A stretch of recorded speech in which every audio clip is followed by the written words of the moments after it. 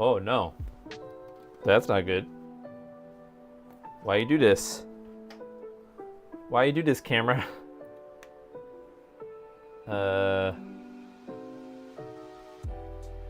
Hey. Hello. I'm here. I'm not frozen. Hello. So I'm trying to get my Cam Link. No, not Cam Link. Stream Deck working. So if you see me looking down over here, I'm trying to figure out how to set it up again. It's been disconnected for a while. And I just installed the app. And I need to put some scenes and stuff. Well, anyways, that's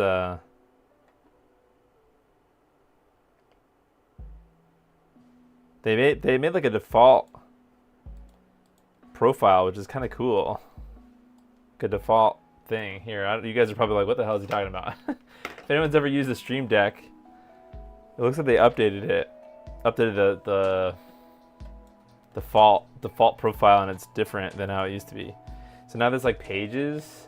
Well, there was always pages, but I mean, there was never a default profile that showed you that paging thing. So what you're seeing on the screen is actually what the Stream Deck is nested scenes. No, I mean, all these features were there. I just mean, if you just plug in a Stream Deck into a computer that doesn't have the software installed, it does nothing. So you literally have to install the software first, and then it like sends buttons to the screen, kind of. So there's like a default profile that Elgato kind of set up, and I was just clicking through it, and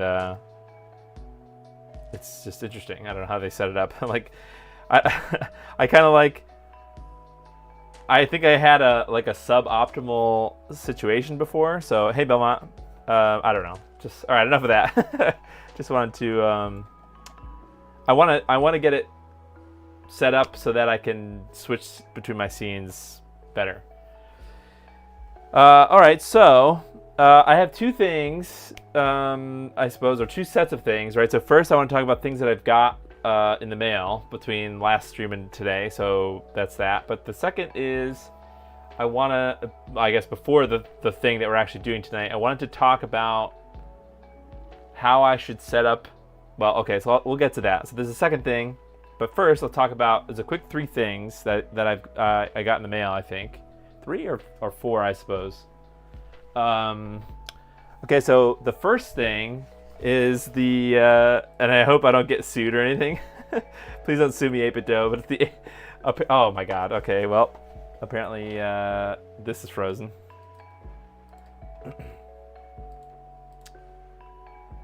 Is this working? Okay. It's the 8BitDo vape, apparently. Everyone and their mom thought that this was the 8BitDo vape. Yeah, there's a companion app. I think you actually have to spend money if you use the. Oh, I see. Can you somehow connect to it? I don't know. Community in the background looks like the main page to an adult website. Oh, it's just YouTube. That's just how YouTube looks, man. Yeah, it's YouTube dark mode. Yep. Anyway, so this is the 8BitDo GameCube Bluetooth receiver thing. So I want to take this out. I think I'm going to do an entire stream dedicated to this and the other thing, which I'm about to show. So this is just the part that sticks into your GameCube. Okay, so it's Bluetooth. It's not a replacement for the Wavebird. It's, I suppose you could call it a Blue Retro alternative, which is kind of weird because 8BitDo has been making these before Blue Retro is a thing. But not this one. This is a new product. So that's the 8BitDo vape. It's very tiny. It's not a vape. Okay, it's a GameCube thing. But that got me. Apparently, this got me 300 something likes on Twitter. Apparently, because everybody mistake that for a vape. So it's out today. What's out today? Some kind of a companion app. Okay, so that's that.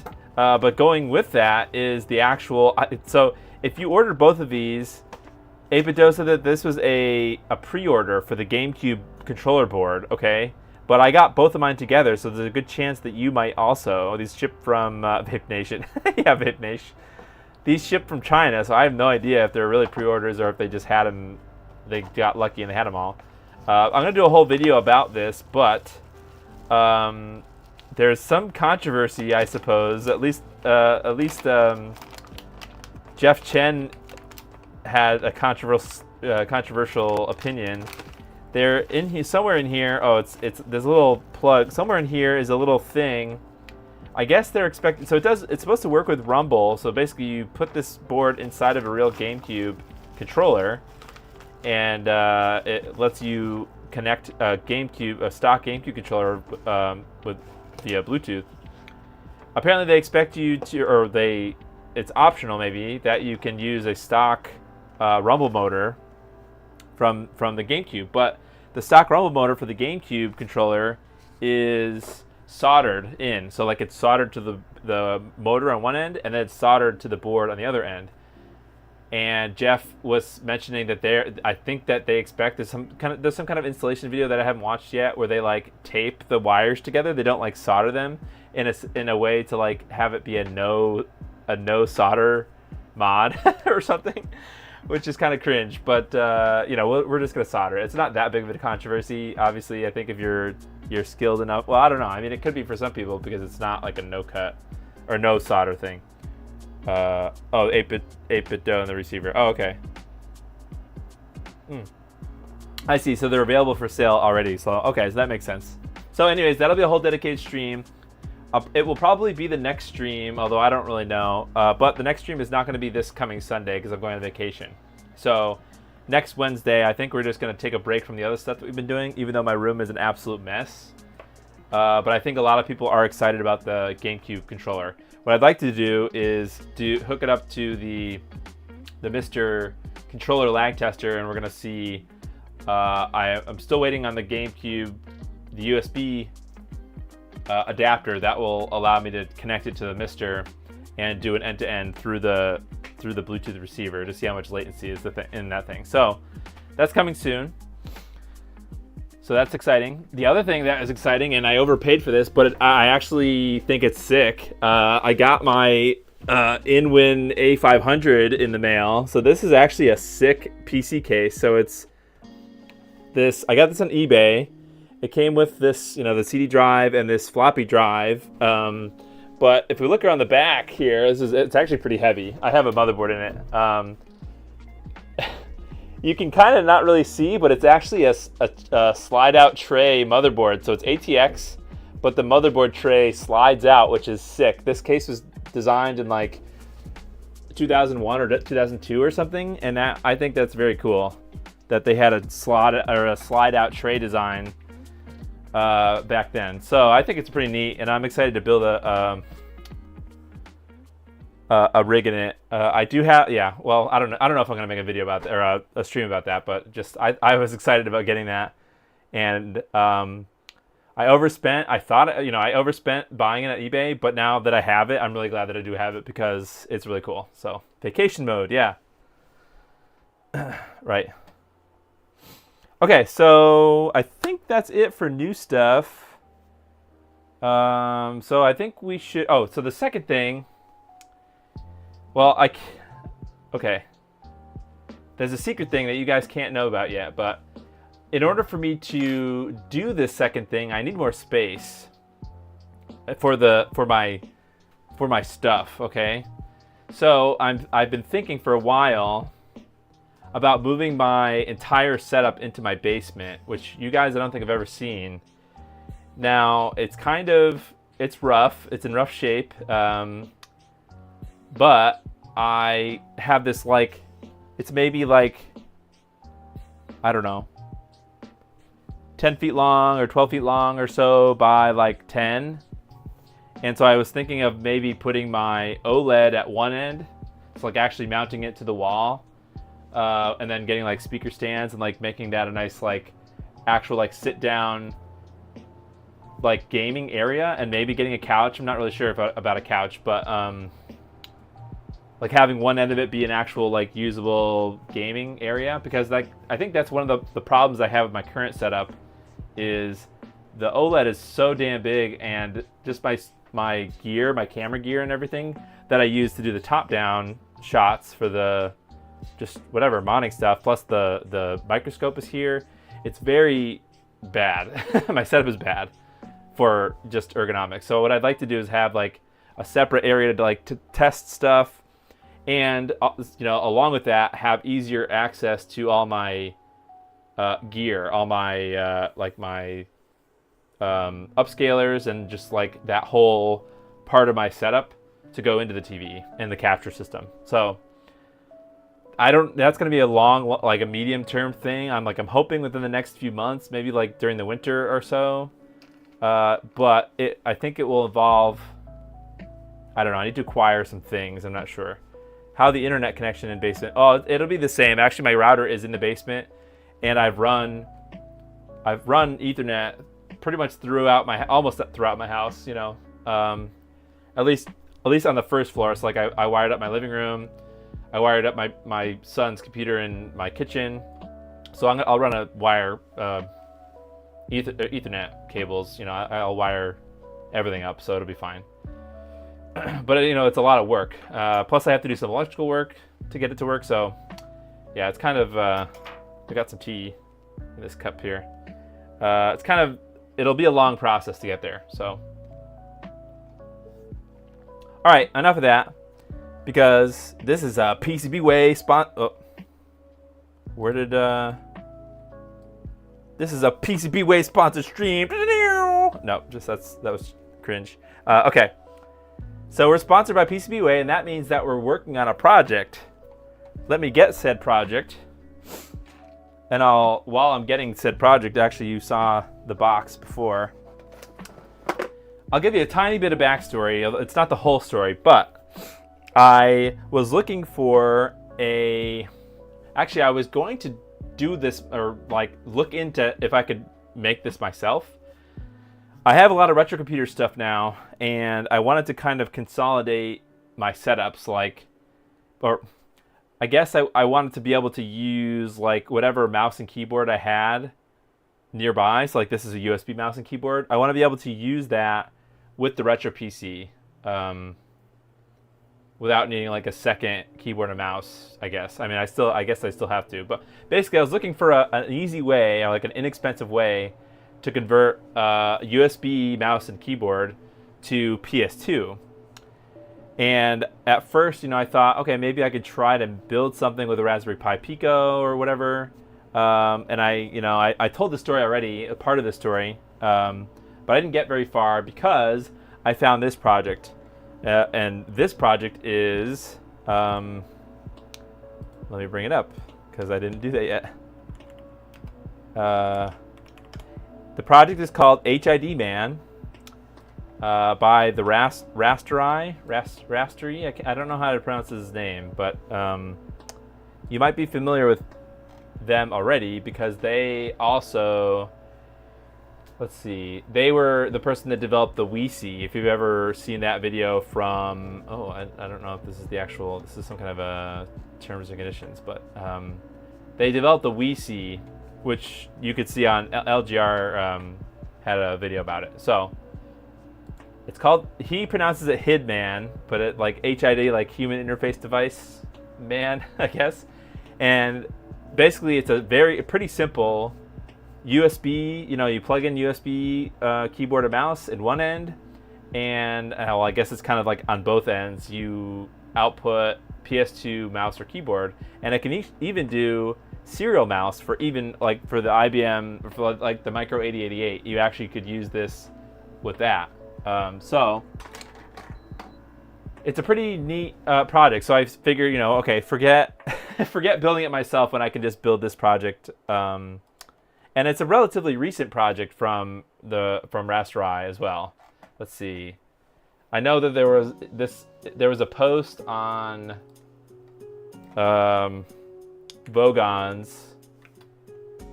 Let's see if I can find it. But it's even that post is pretty recent. I guess he first talked about it in 2022, but I think it kind of got to fruition recently. Oh, I'm not showing anything. Here you go. Here's the post on Vogon's. So it's open source, which is great. All the BOM and everything is available on the GitHub page. So that's a perfect opportunity to have a PCBWay sponsor stream. Yay! So this video is sponsored by PCBWay. We'll talk, we can talk a little bit more about them in a little bit, but let's just dive right into it and kind of unbox it. So they like when I take the stuff out of the package here. Nothing really fun in this package. Sometimes they send me, I've already taken it out of some of the boards out of the bag because I had to make the thumbnail, but sometimes they send me pens and stuff, but nothing this time. So there's 3 boards, PCBs, I suppose. 2 of them, so like the front piece here, is actually just a, it's not really a, it's just a functional piece. It's not like a PCB that's part of the, it's not electrically connected or anything. It's just a faceplate, which is kind of cool, right? The whole project, I guess I should put this back because I already have one out. The whole project is based off of these, actually, I'll bring this up too because this is kind of funny. The BOM does not include the enclosure, so you'll need an enclosure, okay, to do this whole thing. And so I did not know the BOM doesn't list the enclosure. So I asked, okay, I asked Rasterai here in this Vogons thread what the case was, I didn't ask him. I just asked anyone if they knew what the case was. And someone, let's see. Oh, here. This is what it's this aluminum enclosure, a specific, it's a specific length. I think it's like 40 millimeters or something, because you can get these cases in different lengths. But it's basically like an aluminum enclosure that you can put electronics projects in, or build projects out of. So it's kind of a cheap method, I suppose, of making an enclosure. But the ultimate interesting part about this is you don't need to necessarily buy the enclosure, because they actually have, in the download sections, they actually have a step file.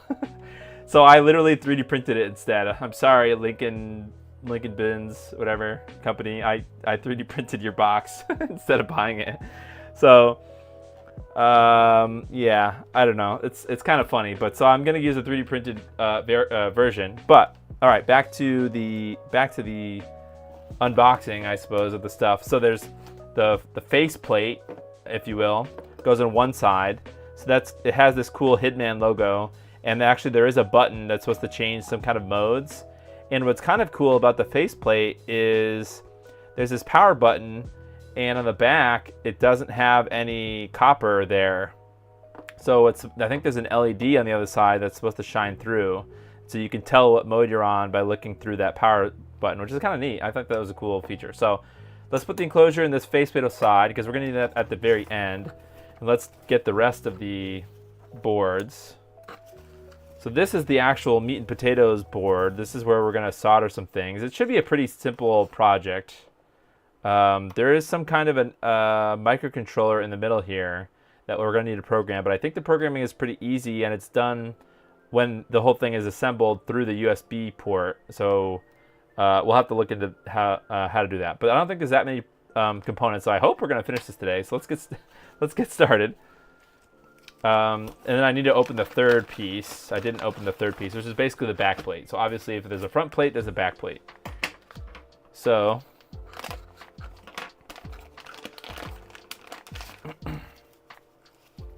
this is actually a well-timed project on Rasterai's part, because so this is the back. It just says USB USB to yes converter.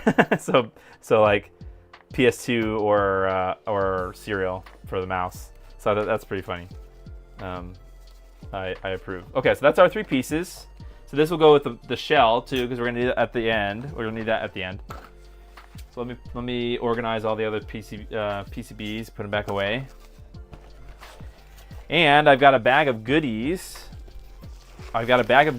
This came straight from. I don't often buy things from LCSC, but when I do, it's for this project. No, I had to, because I think there's a part that that is not available through either Mauser or DigiKey, or I don't know. It just LCSC just happened to be the best. It happened to have all the components in one. So I didn't have to make more than one purchase, is what I guess is what I'm trying to say. It took a while to come. Shipping was it took a long time, but you know, it made it here. So I actually ended up buying parts to make 5 of these because I got 5 PCBs from PCBWay. I want to like distribute these all throughout my house. So I got 5 of everything. So after we do this, you know, offline, I'm gonna build a bunch of these because I want them. So I guess the other thing too that is not in the BOM are the screws, and I just happened to have screws that worked handy already. So if you look at that case, the page for the case, they have a specific like screw that's supposed to work with the case, but I just had these screws already, so I didn't need to buy anything. All right, so we're gonna focus on soldering this up now. I'll probably bust out the microscopes just so that you guys can see kind of up close. But I want to sort some things out of the way. So here's the PS2 connectors. We won't need those. We want the flat parts, the SMD parts first. So here's an SMD part. Here's an SMD part. Here's an SMD part. Here's the USB ports. So those go aside. Here's an SMD part. I'm not sure. SMD. Oh, it's a resistor array. That's kind of neat. Oh, this is the serial port, so that goes aside. Here's a clock crystals, I guess, little tiny SMD thing. So that's that. And then I don't know what this piece is. 40 amp, 30 volt. Not sure what this is. Oh, here's the button. So the button goes to the side.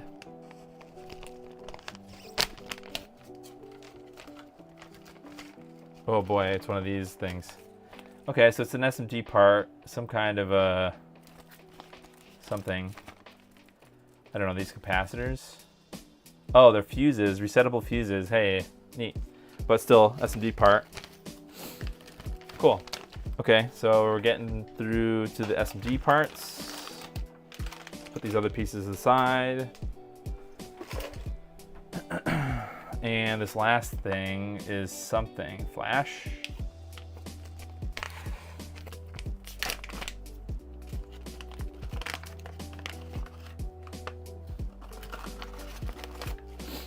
There, maybe this is the microcontroller.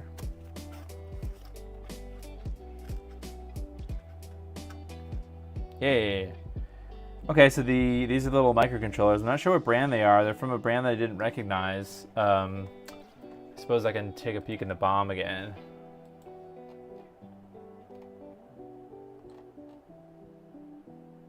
Let's see.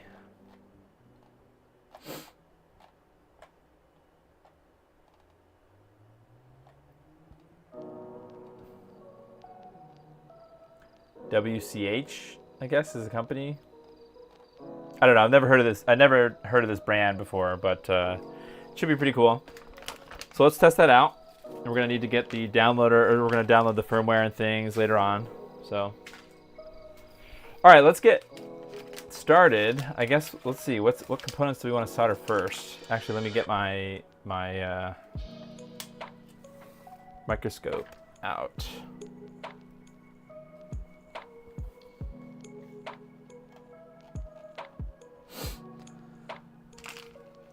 Let's turn this on. Microscope. Turn my overhead light off.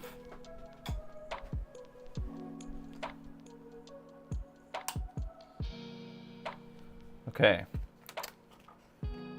So I guess we'll start. Maybe we'll start with the microcontroller because it's pretty big.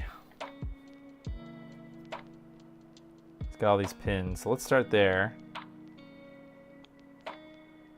I don't know. This is interesting PCB. So, all right, sure. Let's start with the microcontroller. Oops, let me put the top thing back in here.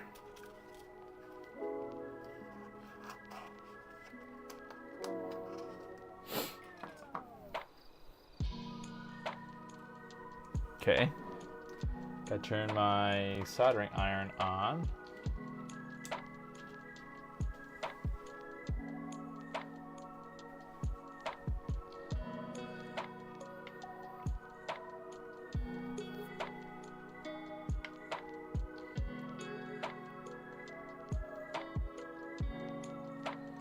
Okay, we gotta figure out which way around this goes. I'm gonna guess that probably this way, because that indent there maybe goes that way, but let's look at the photo. Actually, even is there a photo? No, there's no photo of the PCB. Well, I'm gonna guess that this is the way, that's the way around it goes, right? Because of the dot thing there. There's two other marks on either side of this piece, so that's what makes me kind of like, is that really it or not? But that's right. Let's send it. Yeah, take some tea break.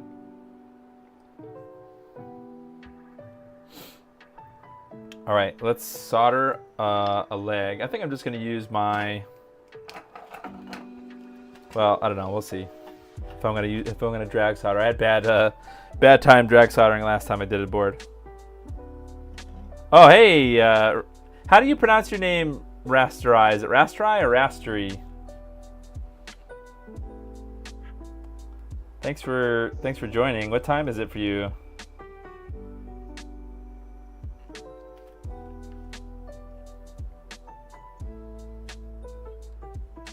Oh, is there like something on this leg here? Just stuff from my table. Weird.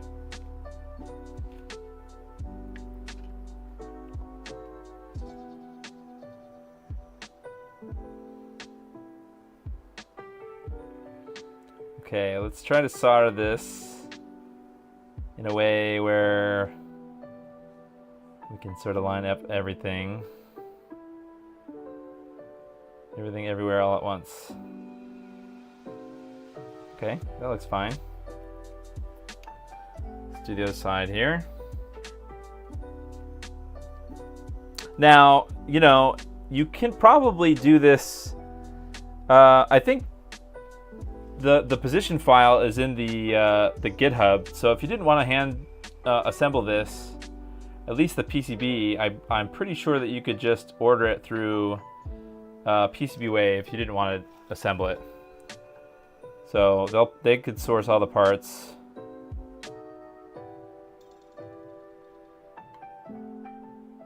Doesn't have to be perfect right now. Rasterai, okay, good. It's 2:30 a.m. I just woke up to grab a glass of water. All right, thanks for stopping by. All right, I think I might switch to my, I'm gonna give the old knife edge tip a try again. I know, you know, I've done it before. It's just, I think the problem with the SYF board was the fact that it was, if you were there, you know, if you weren't there, I blew up a board basically because my excuse is that it was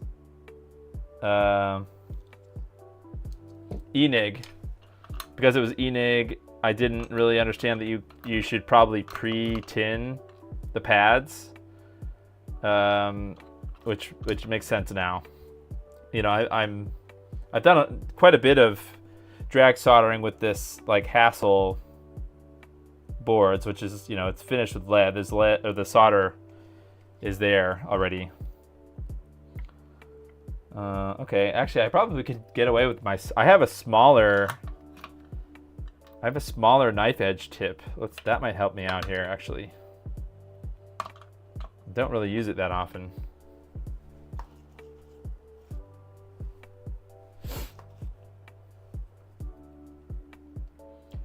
It's like half the size of a normal knife edge tip. Hey, that's working well. See, look at that. No sweat. Maybe some bridging, but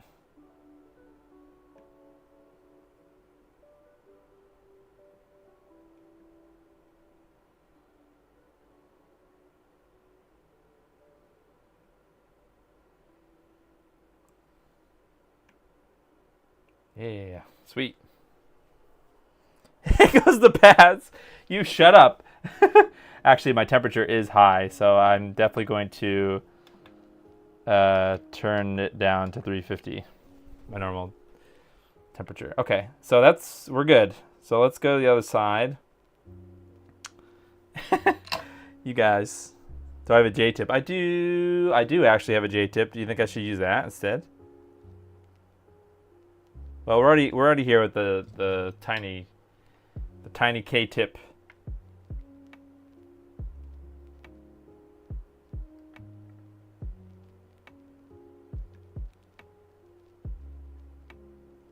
Sweet. Making good progress. All right, now the other sides. Here.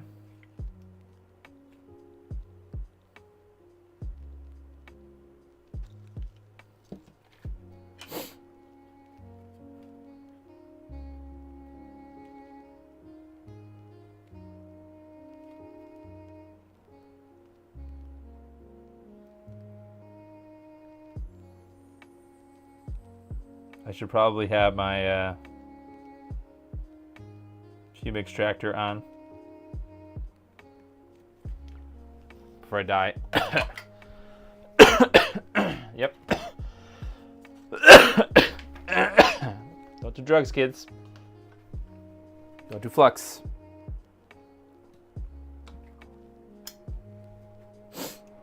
Okay.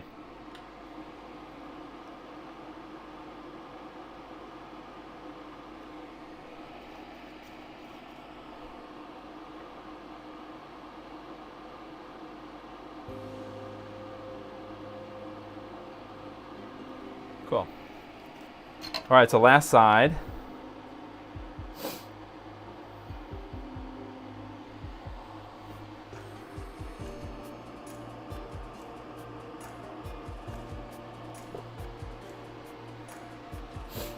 I'm not sure. I think the only person that I know from the Discord is Rain. I'm not sure if he, because I know that he lives down there.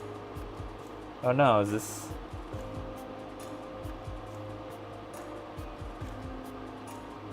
this gonna work? Maybe this side is too high up.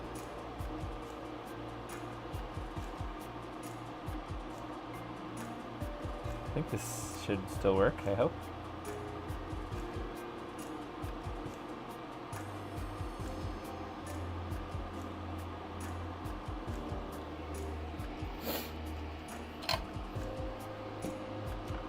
Okay, now I can kind of tell, try to look and see if we can see how good our connection is here.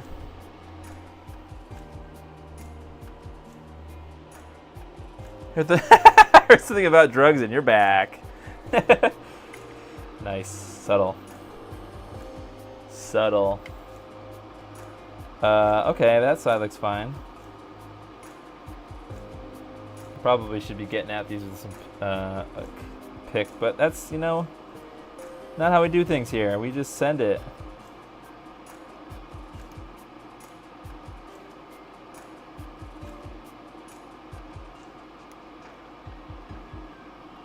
Okay, let's check the other side.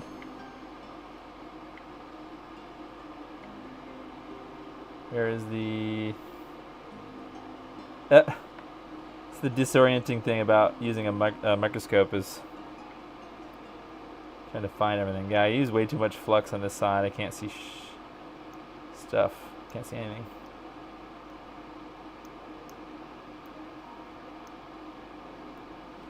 Okay, well, that's right.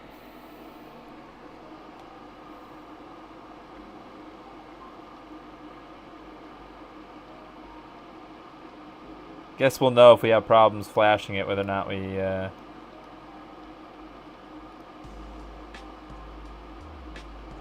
good or not. Alright, well, we can always come back. Not super concerned, but we should clean it, I suppose, first.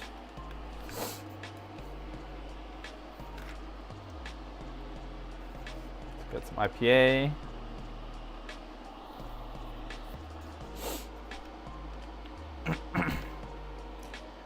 My daughter decided to read my empty container of CBD gummies. She has lots of questions. Yeah, thankfully my son hasn't gotten there yet in my life. If you ever get stickers, get one that says "send it" or "we full send it." Yes, true. Yeah, I thought about it. I just, right now I'm just content to have fun with you guys every week. But we're getting there. I don't really necessarily know. I want to share the thing that I want to share, but I can't really. I don't think I can't do it. But I don't know. It's a new thing for me, and I hope it's a good. I won't say service because I would be getting paid for it. But it would be a good thing for the community. Oh, I don't know if it's a good thing for the community. Just something I think that the community is missing, and I hope that I can do a good job. And I hope, yeah. Man, there's so much negativity out there nowadays. Yeah, I guess it's not necessarily new. People are negative all the time, but it just feels sort of like right this minute there's a lot of negativity. I don't love it. Keep it secret. Yeah, eventually it'll come out. All right, so what should we do next? Should we do this other chip? I suppose we could do this other chip, and then it looks like there are many other parts to do. So we're going to try to get as quick through, but let's find whatever this is. J5. Let's see, did I label the packages? Oh, I did. So this is C11. You buy some dubes and shower stickers. Yeah.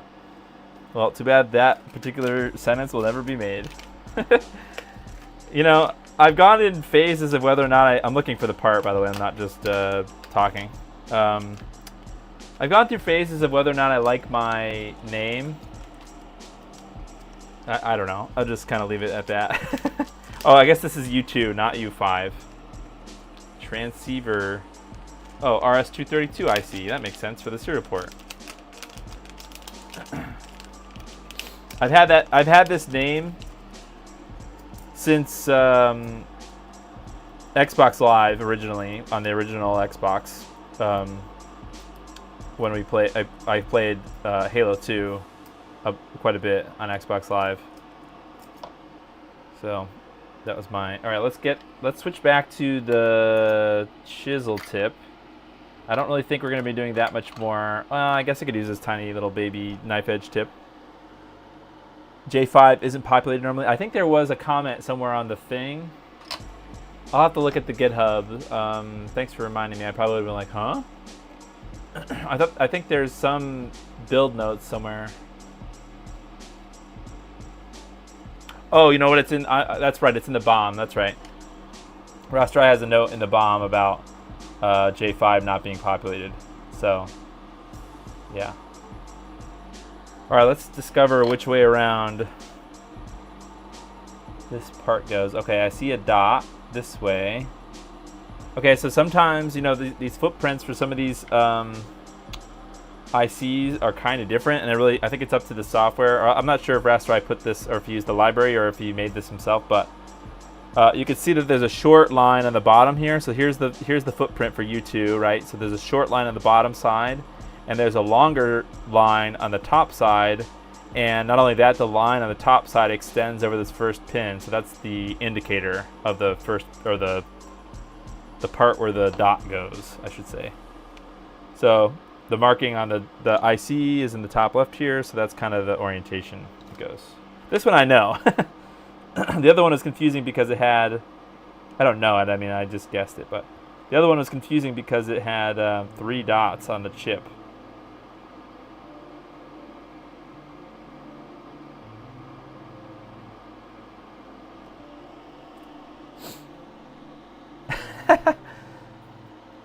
You could stick a 3-pin header into that. Okay.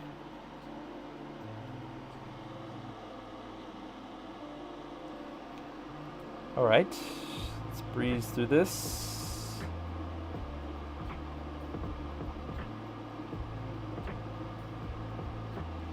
Okay.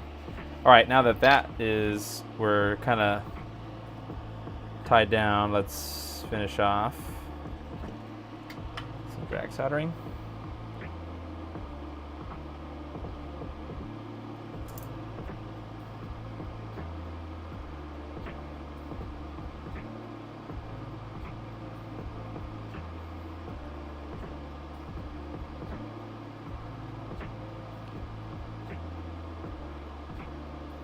Guess we're gonna need more solder here than I thought.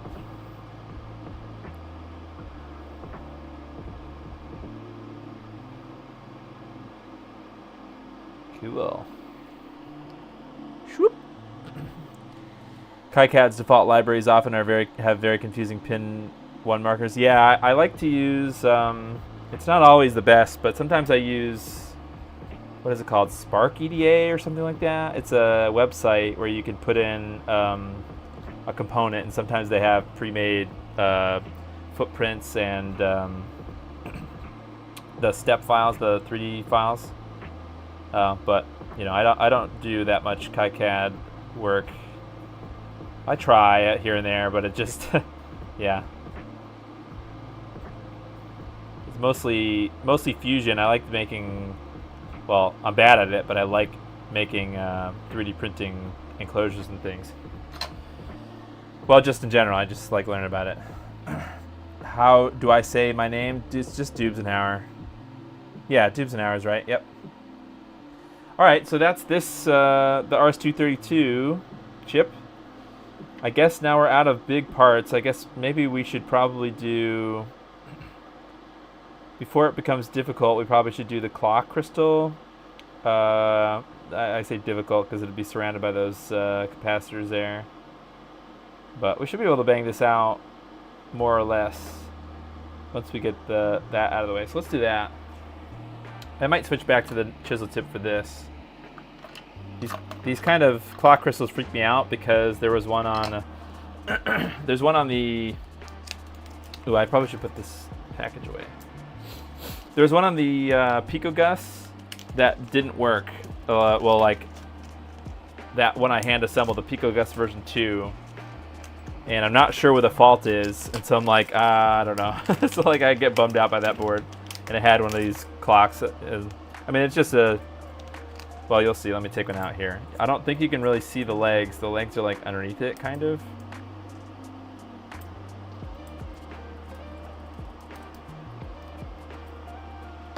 Yeah, it's one of these. It's one of these pieces that is. Let me get some tweezers.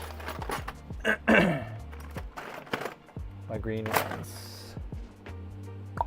Where are the green ones at?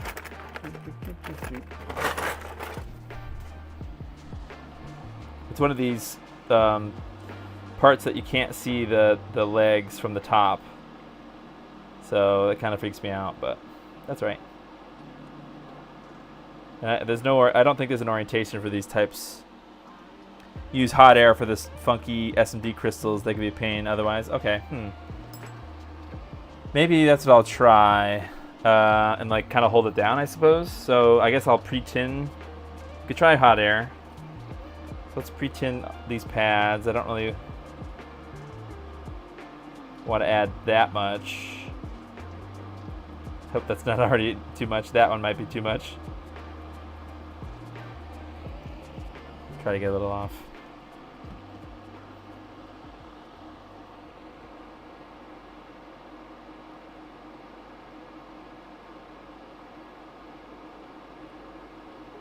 Oh gosh, I just took it all off, didn't I? That's funny. I have to get some solder paste, I think is really what I need to do. Otherwise, I'm just going to do stupid things like this.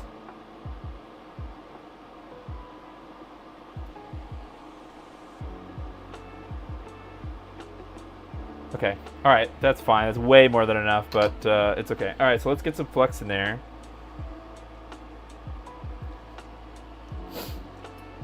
And then we can, yeah, the corners are castellated, so it probably would have been fine to hand solder them. And actually, I'm wondering then, maybe it is, maybe the crystal is the problem with my I don't necessarily know if it's required for the RP2040.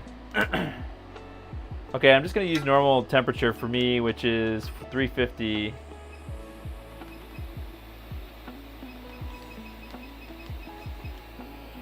I guess when... Oh, no. Wait a minute. Turn off. Shoot. I forgot that I had swapped out the tip last time for the big one when we desoldered the Xbox connector. So I gotta take that off screen. Woo! That's hot. It's a spicy meatball. Oh god, don't burn anything. Okay, then I'm gonna put the...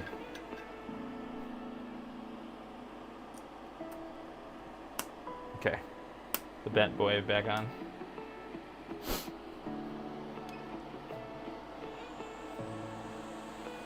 Easy to short the pins to the metal can. Oh, that makes sense. Interesting. Huh, okay. Alright, so let's try. I'm going to try to not... Oh, this is going to... Oh, gosh. Okay, we're going to turn down the air. Okay, the air goes down. Put it on about 20, so that means I need to... I'll raise the temperature up a bit. Let's try 370.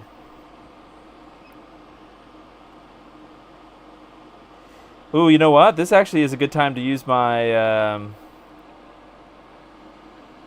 oh, yeah. You know what I'm going to do instead of the hot air?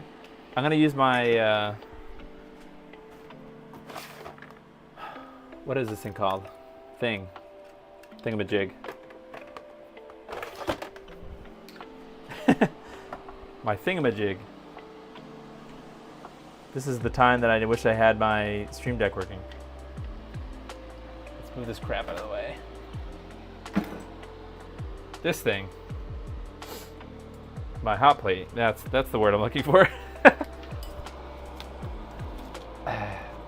Okay. So make pretty easy work of this. See, if I was smart, what I would have done is got the... I think I pushed both buttons down. Or maybe the right button. Yeah, okay. If I was smart, I would have gotten the solder paste stencil, and I would have done that.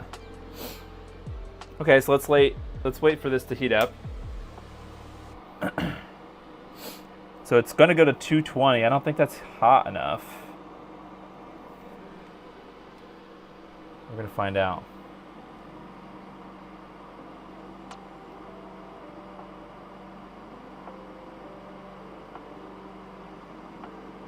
I think there's way too much solder on this.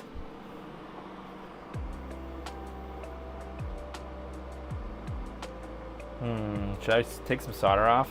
Or is it probably fine if it's just kind of floating?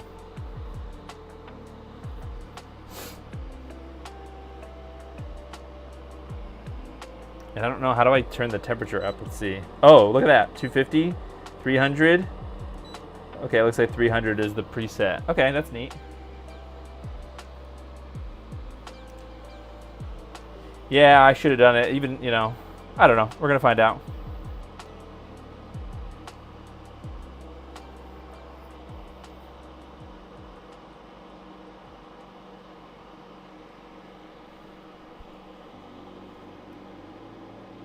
This thing was covered in goop from last time I used it. Lots of solder's probably fine. Yeah, it'll probably just float there. But I want to kind of push it down a little bit and make sure it makes good contact.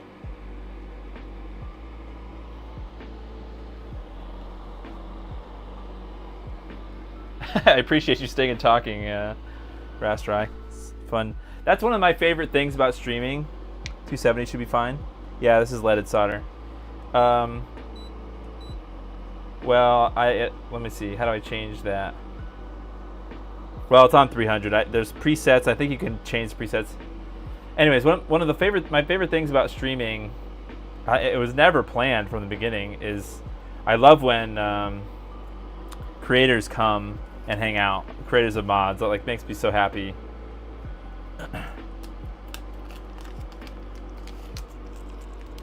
Just get to talk to people, and you know, I kind of make myself look like an idiot in front of people usually, or ask stupid questions, but I sort of feel like, you know, one thing actually, you know, not to say that I'm smart, but I had what I think is a pretty smart realization when I was in college, when I just first started college. You know, anytime I had a question about something that we were learning in the class, like if there was a lecture or something, I just kind of said to myself, you know, there's no such thing as a dumb question, because the chances are that if I have that question, that somebody else in the class has the question too. Maybe that's kind of a, you know, sort of, I don't know. That's how I think of things now, is, you know, don't feel bad about putting yourself out there. That's your Wednesday motivational. You know, I think it can be hard for some people. You know, maybe you're quiet, or I'm definitely not quiet, but you know, I like to ask stupid questions to people, and not on purpose, like purposely look for stupid questions, but I often have a lot of stupid questions. All right, let's see. If you're asking questions, it means the instructions are unclear or you didn't read. Yeah, my reading comprehension is bad, is what you're trying to say. Great. Okay, well, I want this to be done, so let's see what happens when if I put it on here. Means you're engaged with the subject. Yeah, or I just am bad at reading comprehension.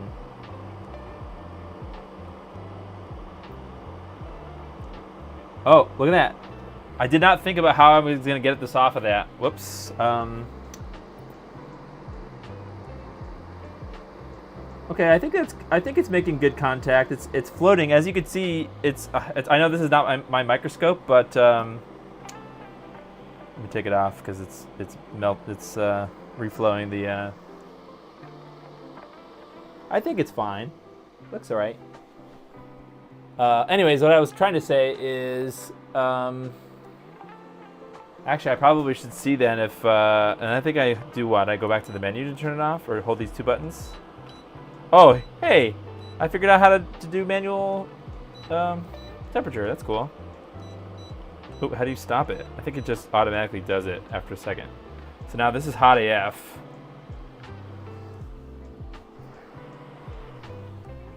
I think I permanently warped my ouch, that's hot. My silicone mat.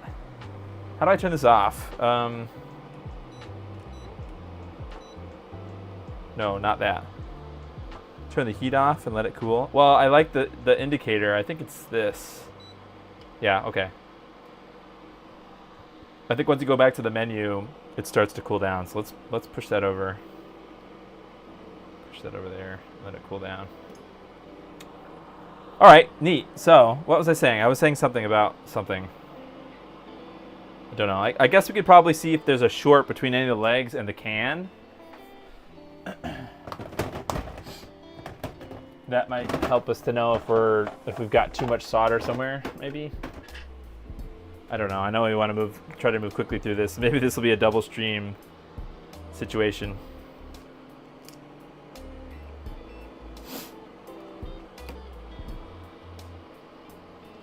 Oh, my things are tied up.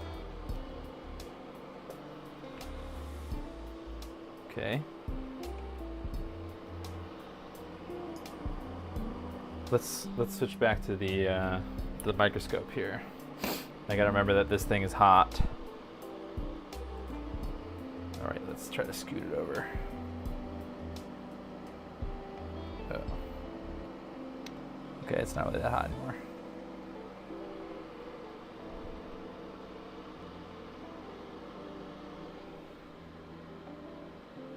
Well, I don't know how this light turned off. There we go.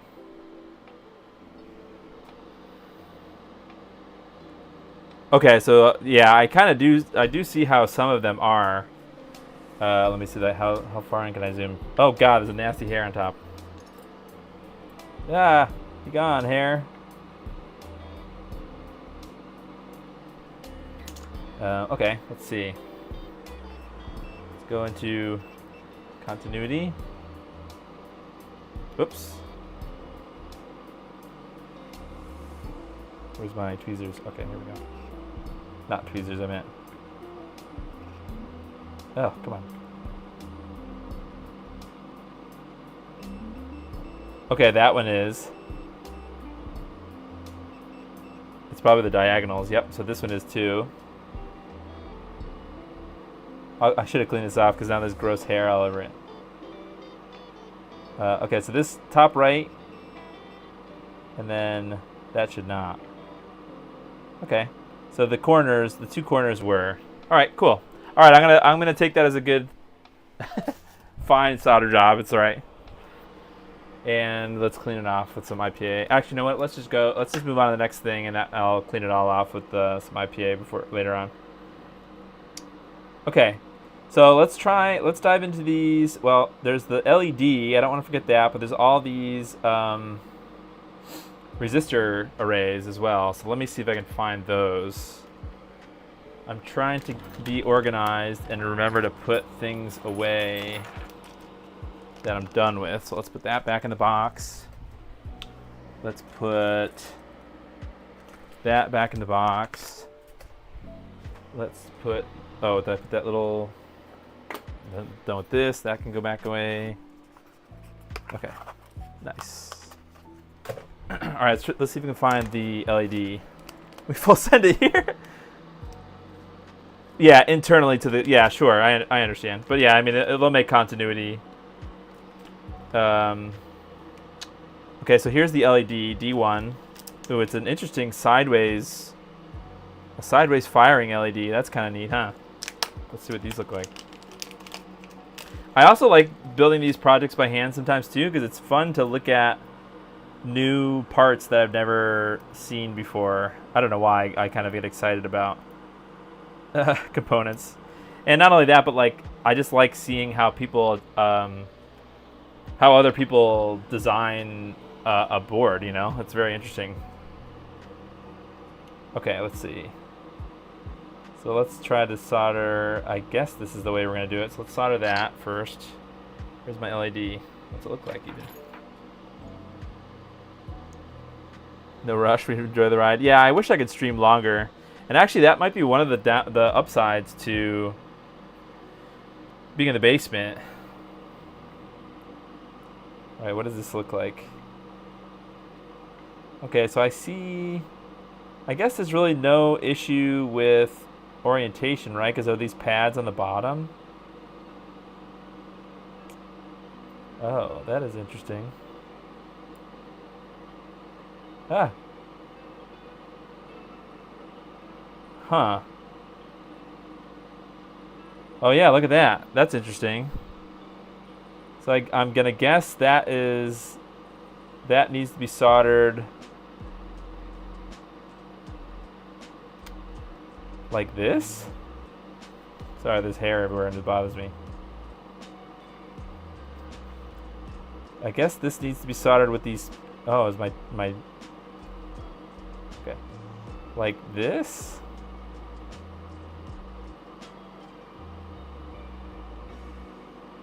I think like that. You also like to see things that you've never soldered before? That's neat. I think it goes like that, right? So the dome kind of lines up with the thing, but the pieces on the side line up. Oh gosh, I dropped it. Pieces on the side line up with the. Did I just eat it? No, I didn't. This is actually harder than it looks to solder. Dang. I think it goes like this.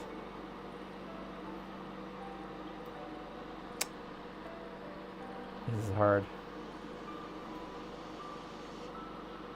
Okay, like that. I think once I get part of it in there. This is hard, man. What the heck? Ow! Okay, I think I might have, are those parts supposed to be bridged? Probably not. Oh gosh! I didn't buy extras of this part.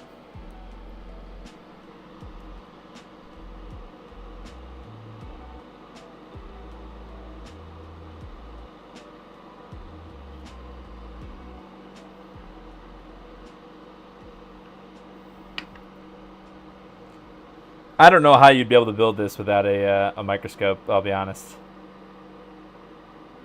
Okay, there. I think we got that bridge gone. Okay, so now the hard part is still... Maybe I gotta get my micro... I have a chisel tip. It's still it's not conical. It's still a chisel tip, but it's half the diameter of this tip I normally use. So let's get that. Maybe that'll help me out here.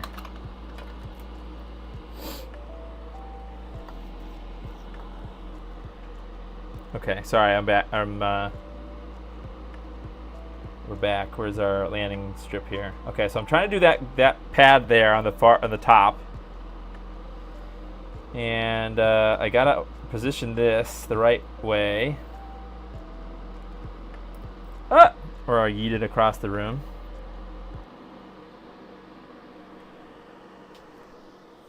Okay, I think I don't really think that you'd be able to solder this. Oh, maybe some people can.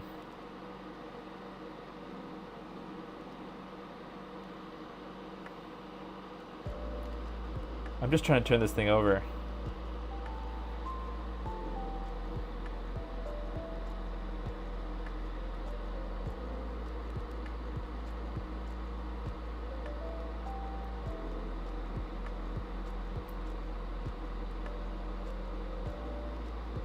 There's gotta be an easier way.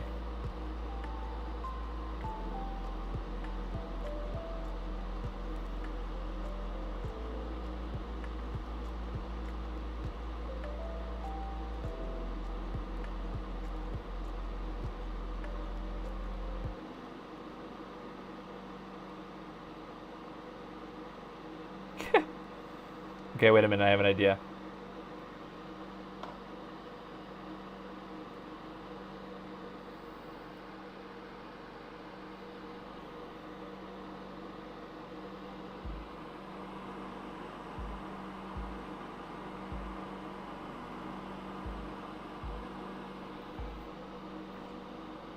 Just gonna solder my finger.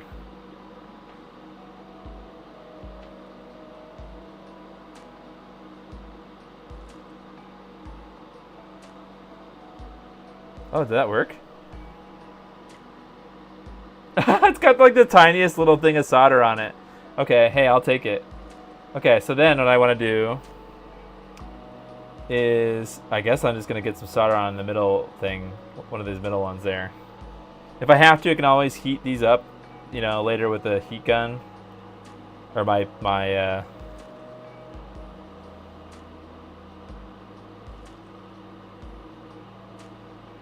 oh gosh. I don't know if these are bridgeable or not. Could be.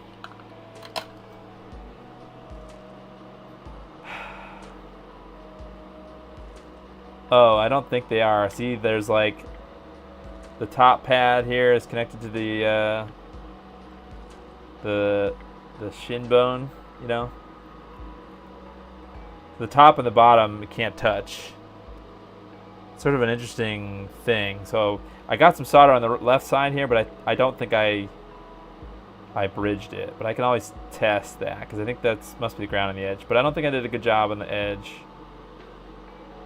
So let's do a better job on the edge. Turn all the pads, put it on your. Oh, that's what I should have done. Yeah. Luckily, I think this is probably the last thing that needs to be soldered like this.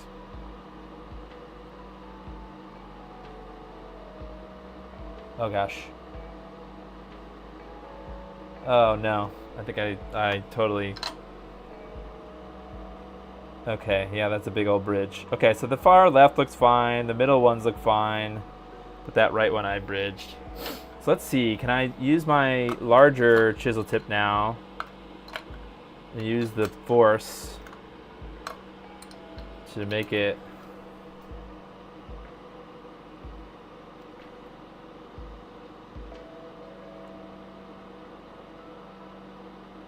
Hey, there we go. All right, I'll take it.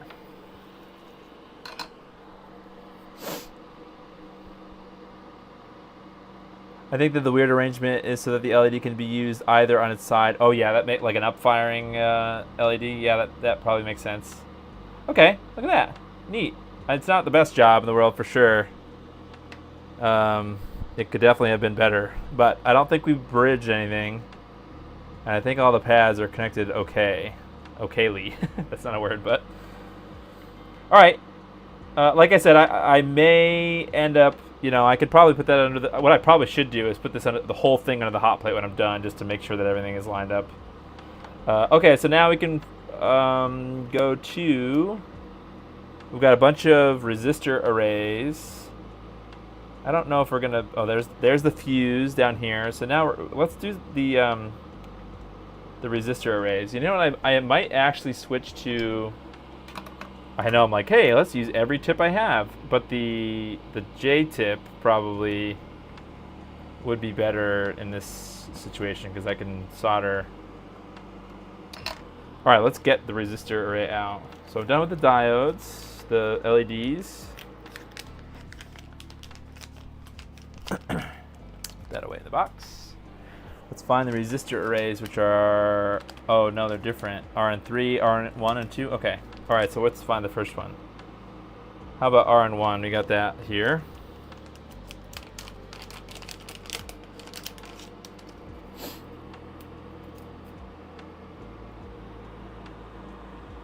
So this is RN1 and RN2. So where's RN2?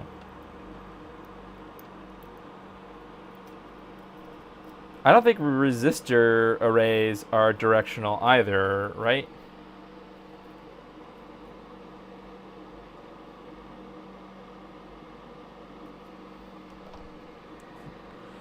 Enhance.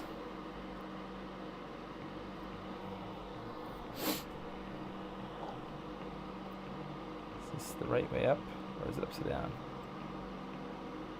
Oh, it was right way up. Yeah.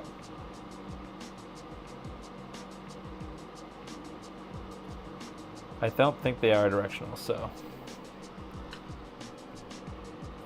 All right, full send. We'll kind of do the same thing that we did with the ICs.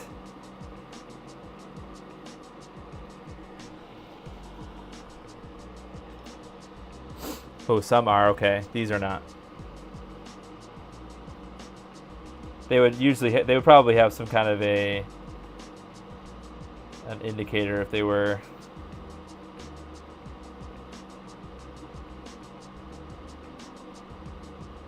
Oops.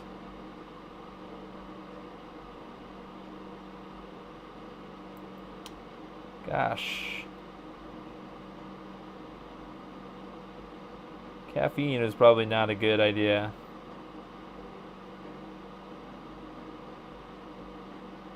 Okay, good enough.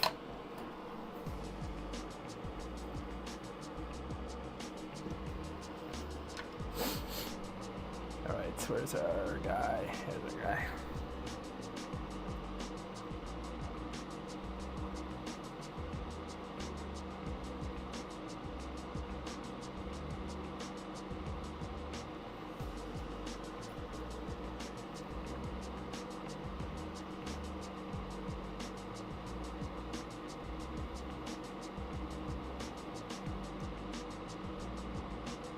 Nice. Cool. All right, so that's one. Now I gotta find two. Where's two? Two's down here. Okay, RN2's over here. Remember to clean your tip off between.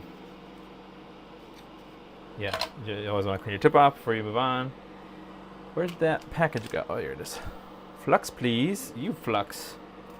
I did flux. I don't know if you saw or not. Or are you making fun of the amount of flux that I used?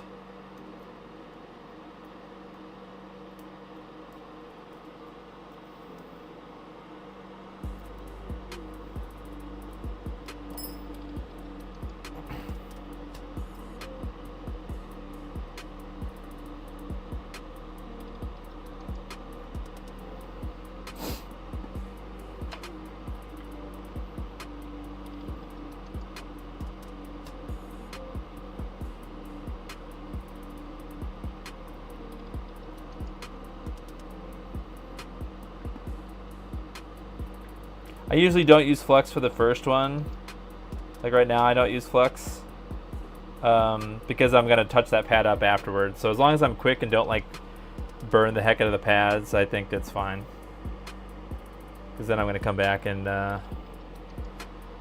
this guy, this guy Flux, yeah, restaurant gets it. That's a good one.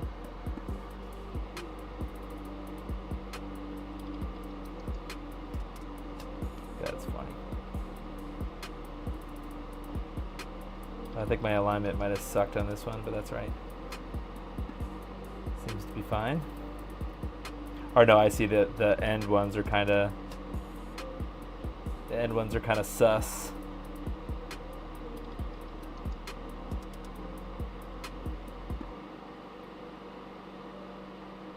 Clean my tip off first.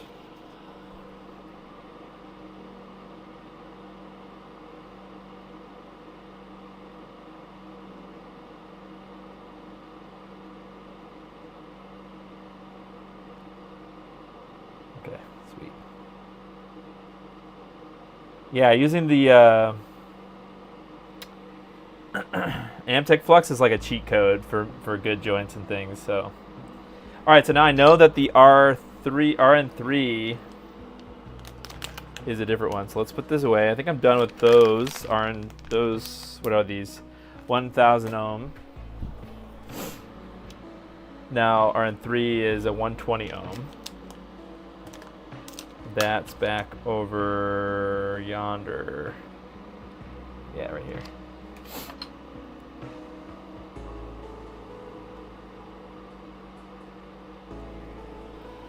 Back over yonder. The Trace Comic Club. Yeah, you're more like the, I don't know. I don't have a good comeback to that. I was going to say something about Doritos, but that really doesn't, don't know. I don't have $1 million, but I have Doritos. Actually, I don't actually have Doritos right now. Sad.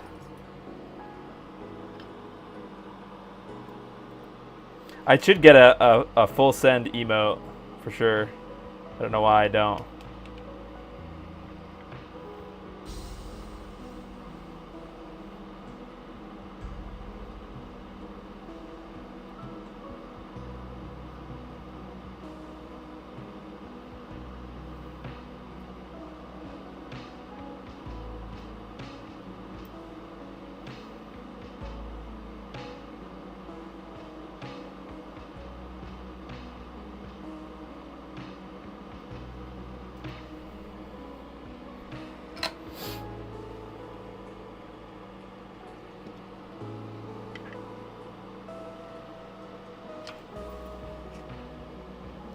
Oh, Silicon Valley. Yeah, I watched that show. It's been a while though since I watched it, so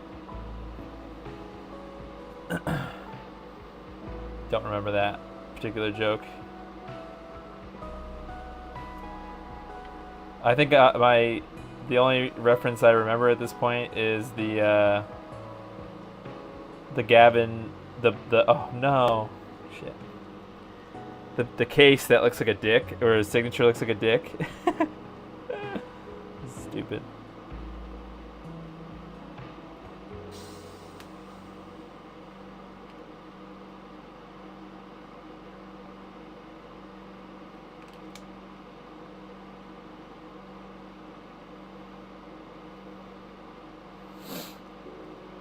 I think I gotta make sure that I didn't bridge this. That side is all messed up. All fluxed up, if you will.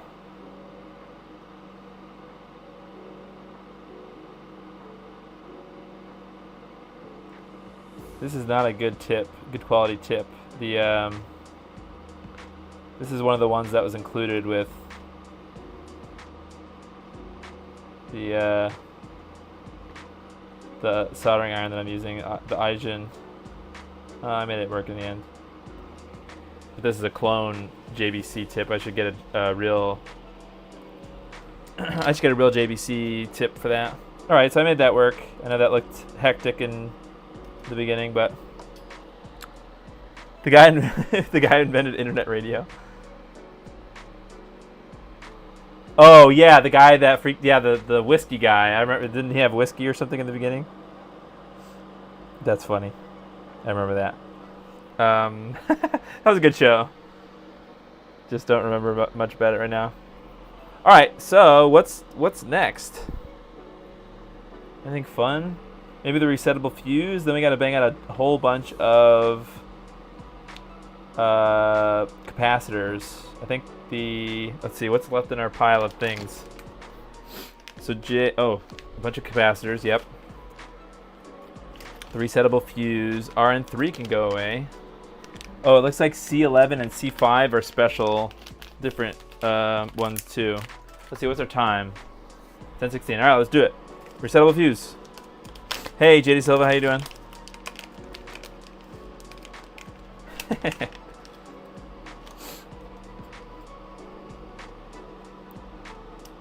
All right, resettable fuse. Yay.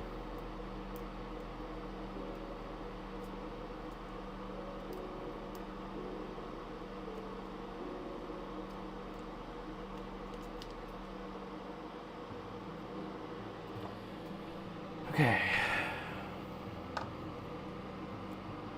Don't really see an orientation marker. Let's check it out. Hence, I need a better camera for my my microscope here. Ooh, not only is this, I don't think this is directional, but it's also like,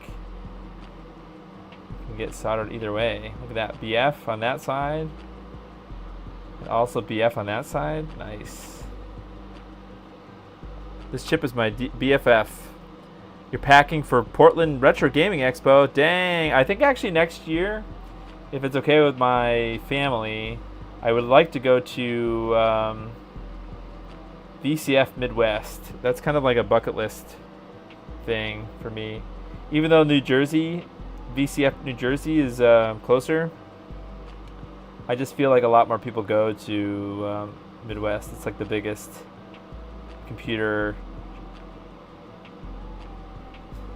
whatever, computer show.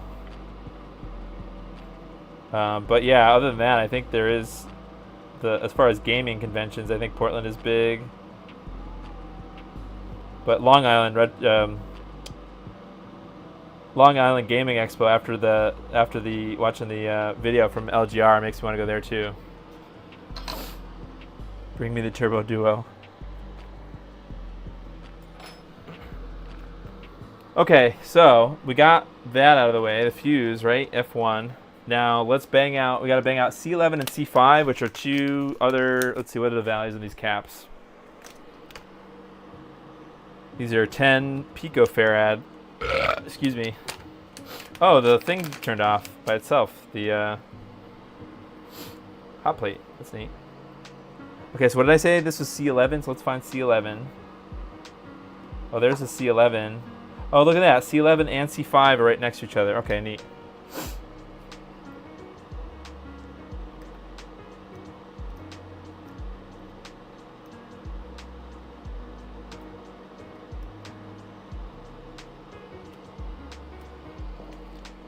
I think it's time now to switch back to the chisel tip. Cool. All right, let's do C5, I suppose, first. If you hit the Midwest, you have to hit me. Yeah, or would you go to that one if I went? I think I would have to fly.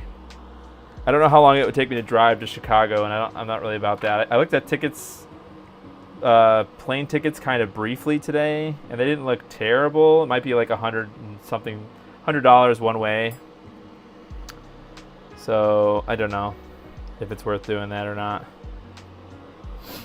But it would be sick. Plus the tickets, plus the hotel.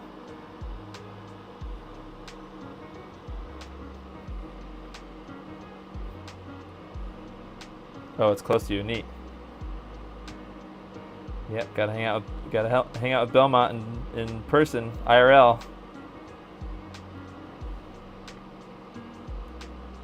What did I say? This is C5 and C11?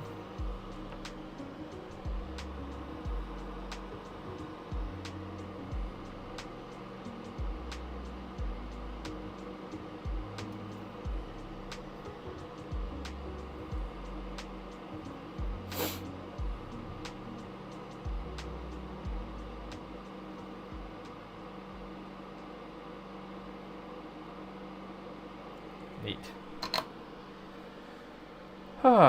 All right, so now I think we just got a bunch of other capacitors to do.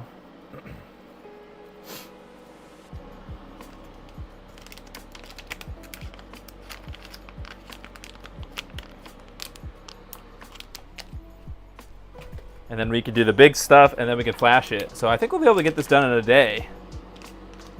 Let's hope. Speed Racer, help me. Channeling Speed Racer. All right, so there's what? There's C4, C7, C1, C6, C10, C9, C2, C3. I don't know why it's all out of order, but you'll be snowed in for 6 months. Yeah, we get snow here, but not that much. All right, I guess we'll just start at the top and work around. C7 is one of them? Yep.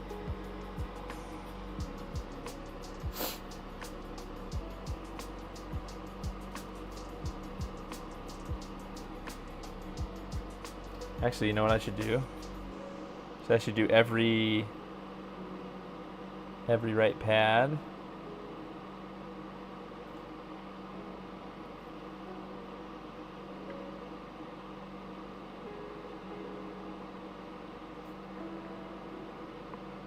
I don't think there are any. Oh, there's one down here.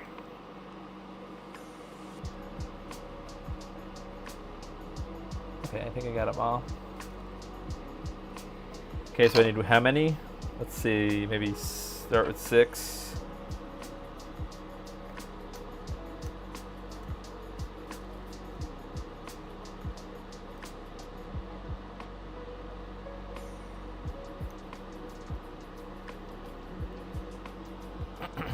Oh, all right, we got 8. I think there's at least 8.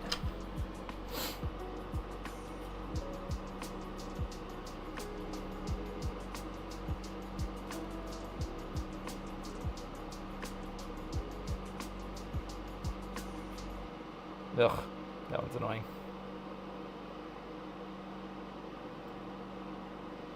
Ah.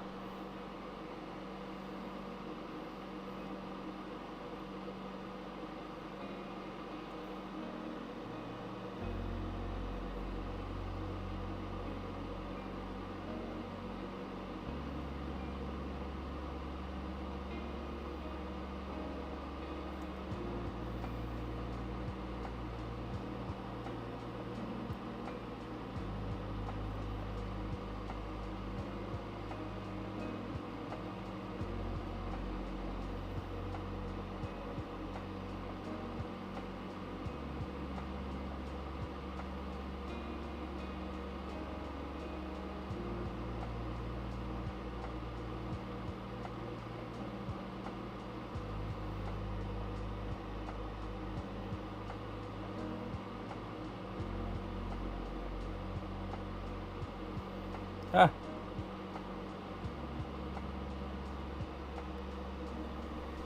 Okay.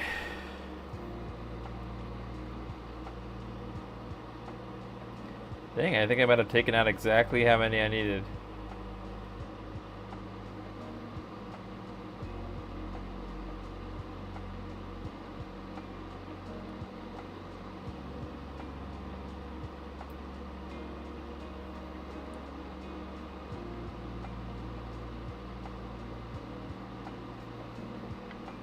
And last one down here.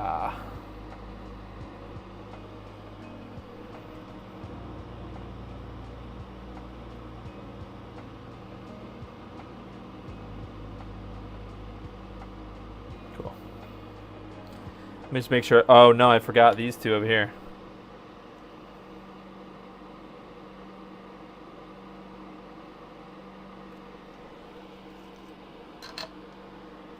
I was off by 2. That was close though.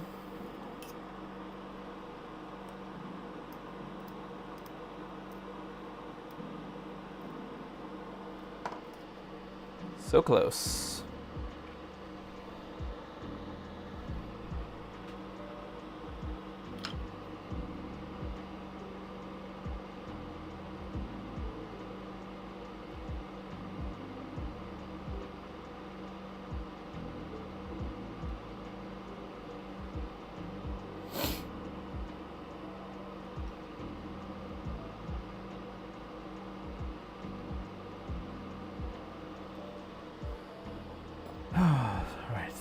See any more? Nope. Don't see it.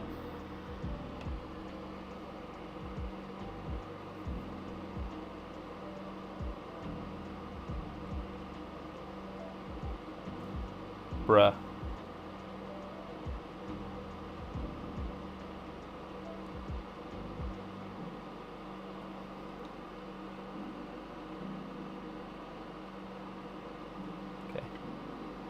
Fine.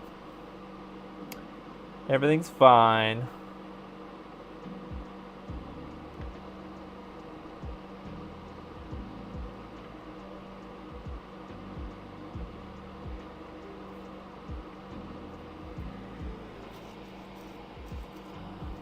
Guess I don't really need the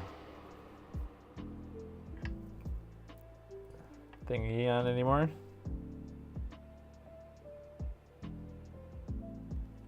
Okay. I know these are not really perfect, but that's right. Trying to get her done so that we can do the big stuff, flash the firmware, test it out.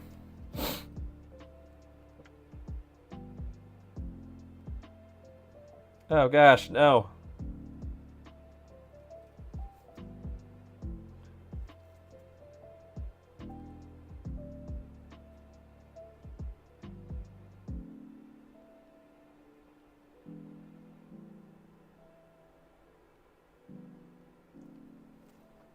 Okay, save that somehow.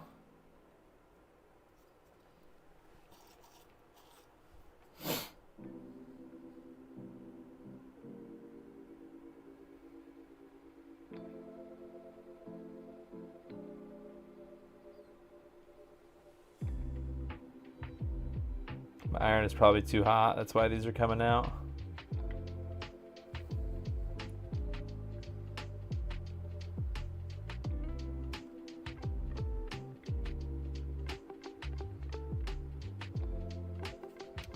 Okay, so touch these two up because they're ugly.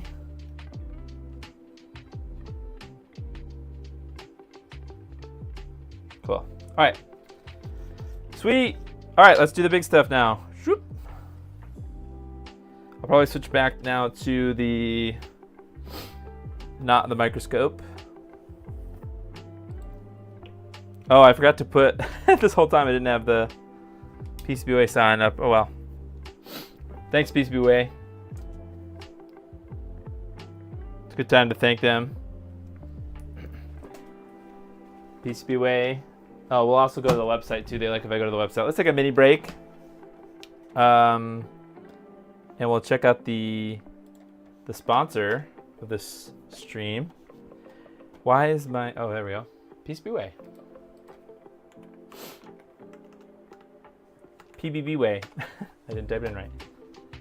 PCBWay is a custom PCB manufacturer. They manufactured the board that I'm using today. You could also do 3D printing for them. I use them to make my resin Ashita shell.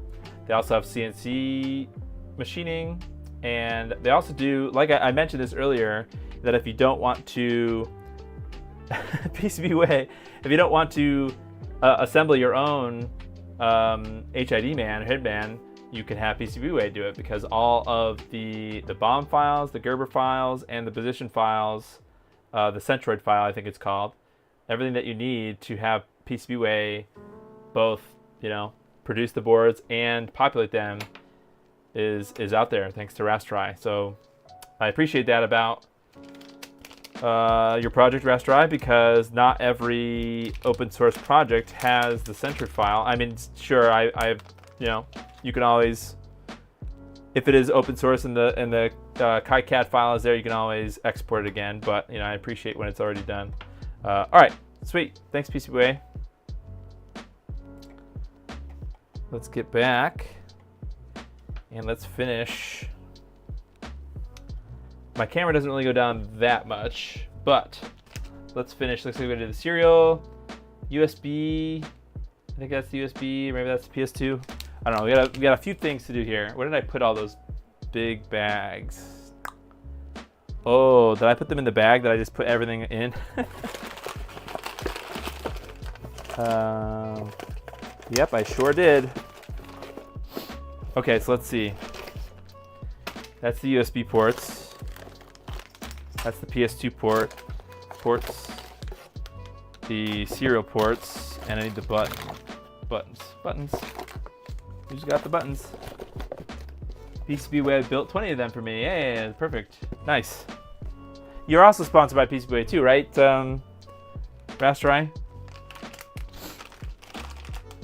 So it's pretty neat to see. They sponsor a lot of creators, which is really awesome, I think. All right, so I don't really know if it matters what orientation or what order we do these. So I guess we'll just do the front button first. Trying to kind of. Oh, you know what I should do first before I do anything? I should clean the whole board, at least the top part.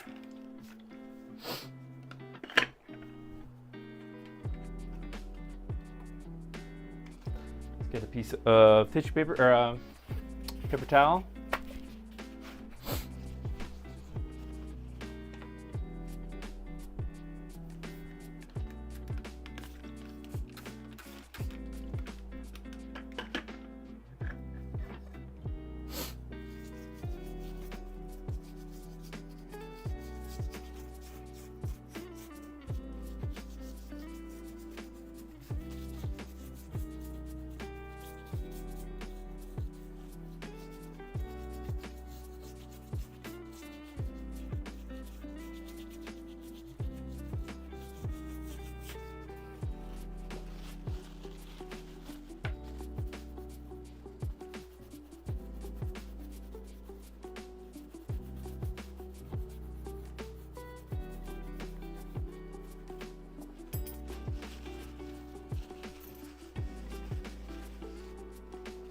Okay, we're mostly fine.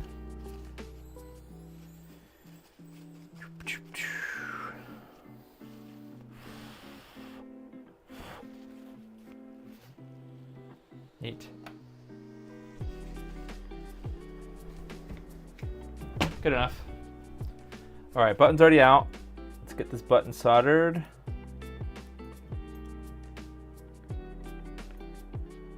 Ooh, look at that, it's right under the LED. I like it.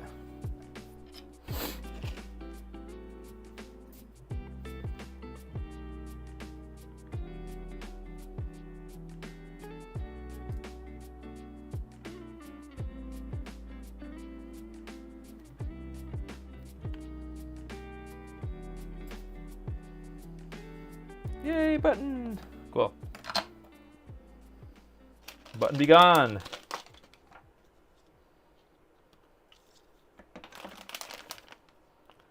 Okay, now we got the giant serial cable. We could probably skip that for a second. Let's do the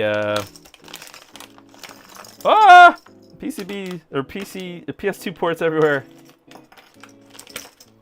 Unfortunately I didn't get ones that had colors, but thankfully the covers, the PCB covers have keyboard and mouse little icons on them. So I think this is what, J3 and J1. So obviously the port faces out. Oh boy, did I bend those pins? Or were there no pins there? Oh, okay. Just noticed that the oh, I can turn my overhead now on. Overhead headlight. Oh, what is going on with the focus? That's weird. There's no back legs here, so I was concerned that here, let's do both of these at the same. Oh wait, no, I need to do it on this side, right? Follow the Reference designator.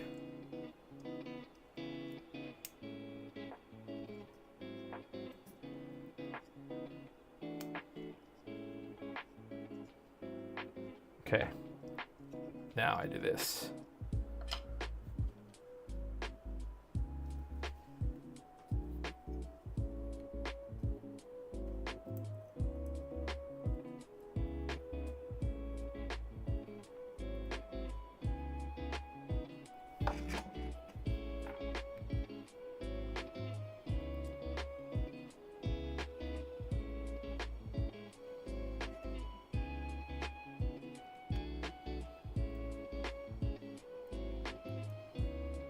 Okay, we got ground.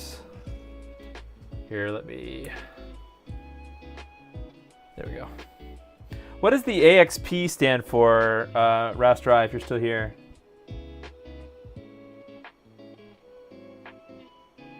Probably could read that in the GitHub repo, but.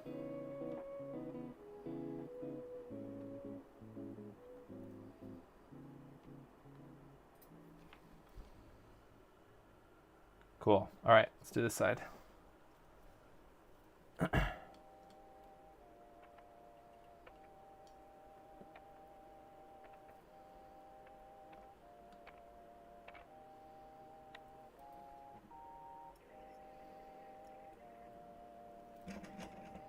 AXP. Oh, sorry, I like choked on my own spit. That's weird. XP, AT, XT, and PS2. Ah, that makes sense.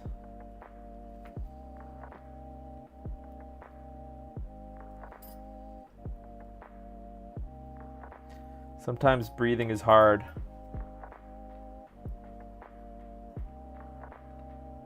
Got a Bridgerino.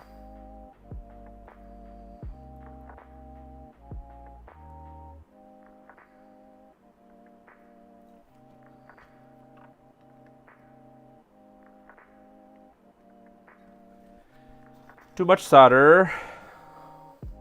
I know you guys probably can't see this too well. That's one thing I hope to address with a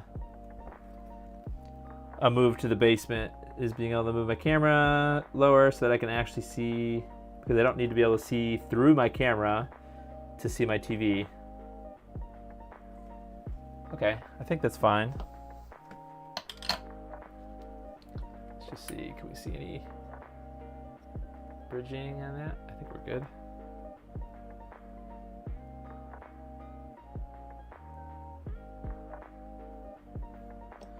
I suppose while I'm there, that looked like a dodgy bridged connection.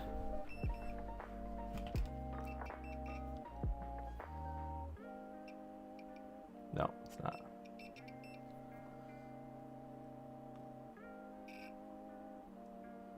Okay. Yeah, it looked like it was bridged, but it's not. All right, moving on. Serial. Or actually, how about USB?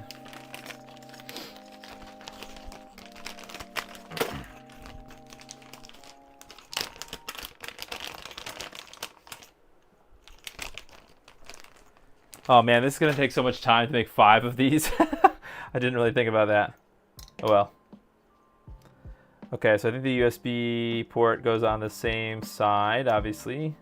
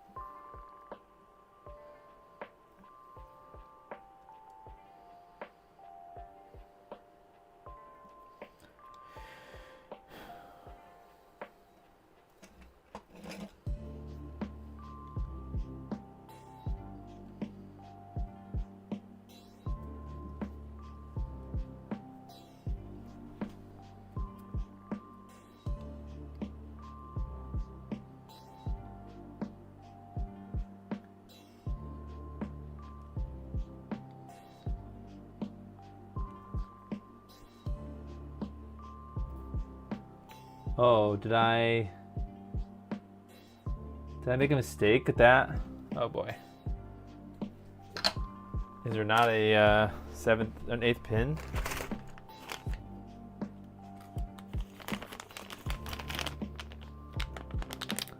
Oh no, I think I might have made a mistake. Okay, wait a minute.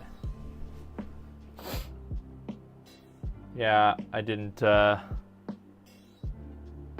no pin there, dang. Now what?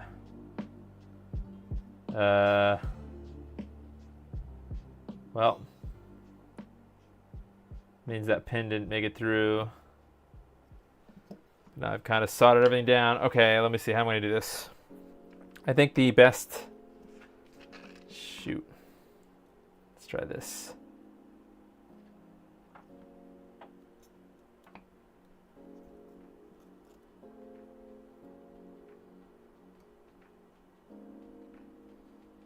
Okay.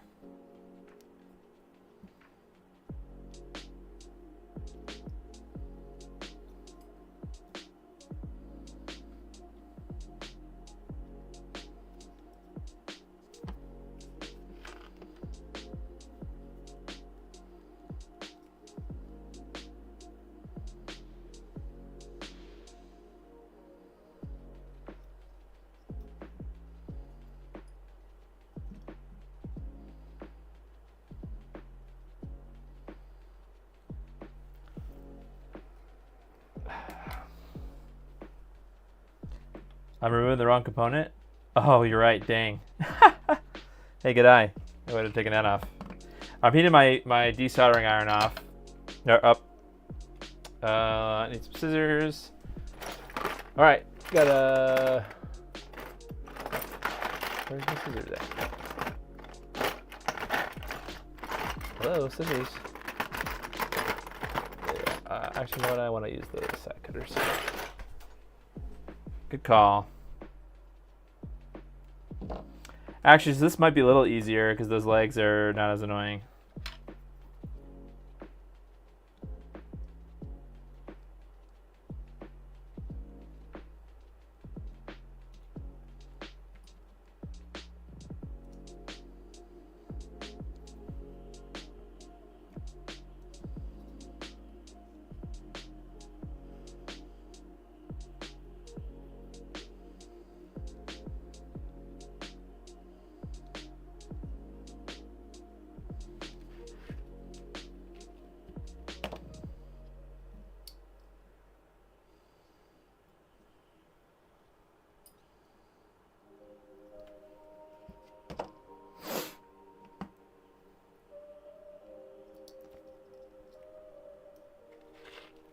Whew.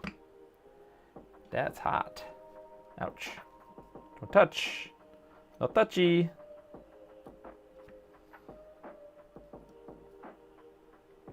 If I was daring like last time, I would use hot air. I'm not feeling particularly daring right now. I may still have to, but at least I can use the desoldering iron on these pins.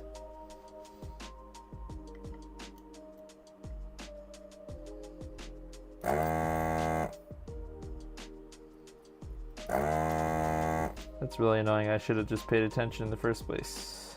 I don't think I got to the side yet, did I? Okay. Well, let's see. Did I do a good job? Get my spudger. This is actually really hot to hold. I don't know why I picked it up and walked over here with it.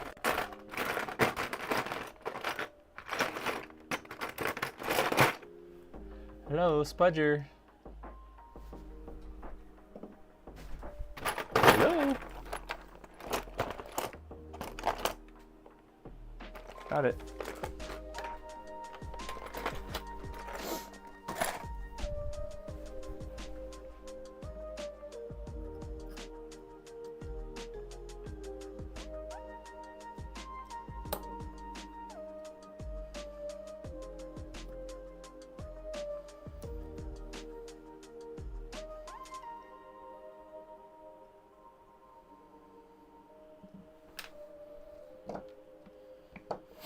I guess probably not 100% of the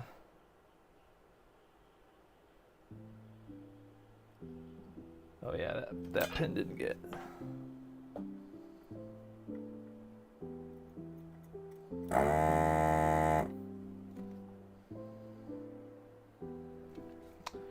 Okay, I think if I just do one of these.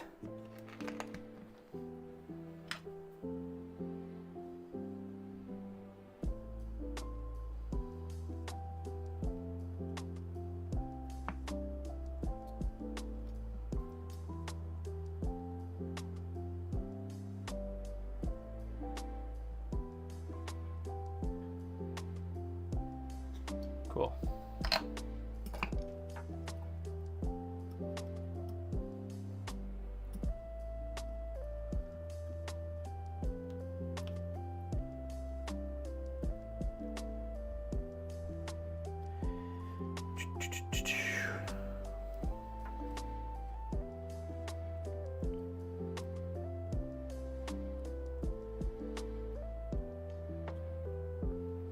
All these pins are separated, that's good.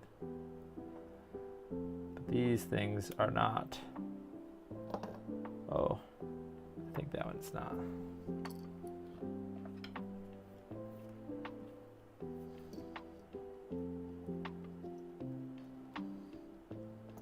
Ah! Well, that's one way to do it. Just bend the heck out of it.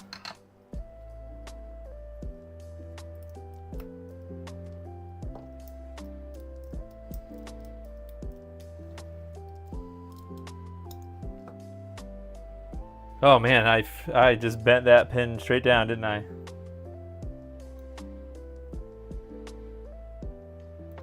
Jeez.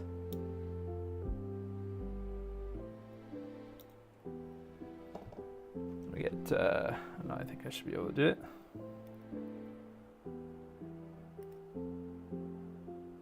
Okay, well, that was annoying.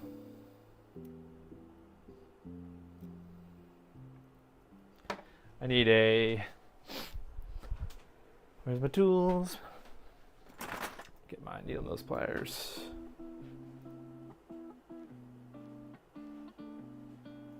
Okay.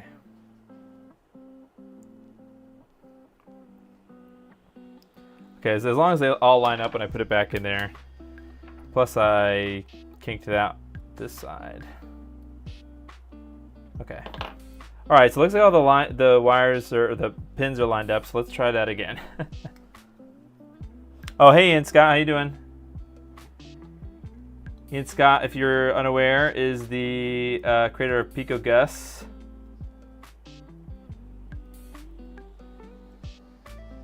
Another retro PC thing. It's a clone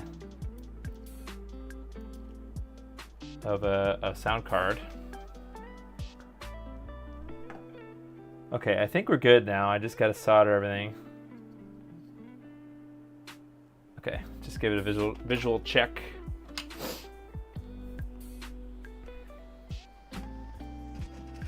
Ah! I think one of these days I'm gonna run out of solder on this roll that I've been using since I basically first started modding.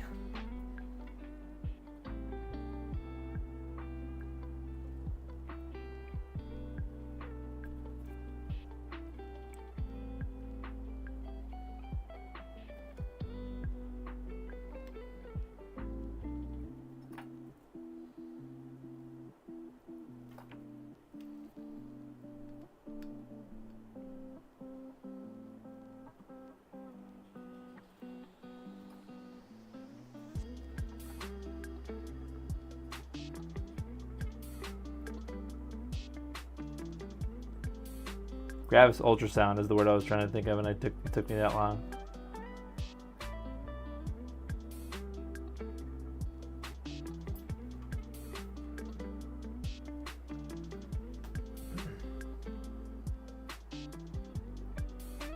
What's your favorite retro computer Raspberry?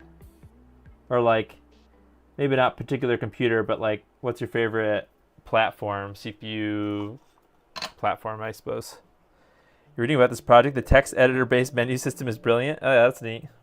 Haven't gotten there yet. I'm hoping to rustle through this and get there tonight. Got about,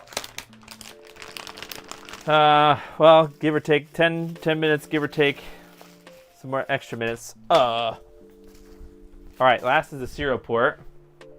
Then we can learn about flashing this. I don't think I'm going to put it into the case tonight, but I might. All right, make sure all the pins go in this time. Okay, cool.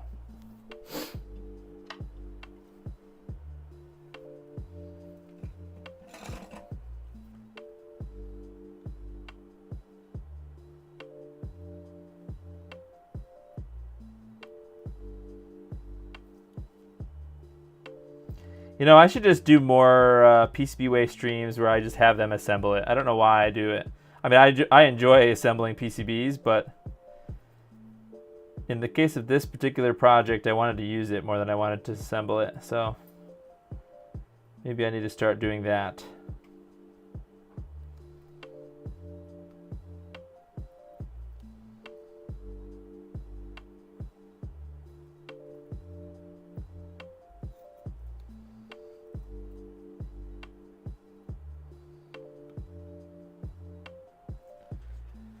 All right, I'm not going to bother with cleaning the solder off. Oh, I have to finish this, don't I? Resolder this here. Hold on one second, everyone. I'll be right back.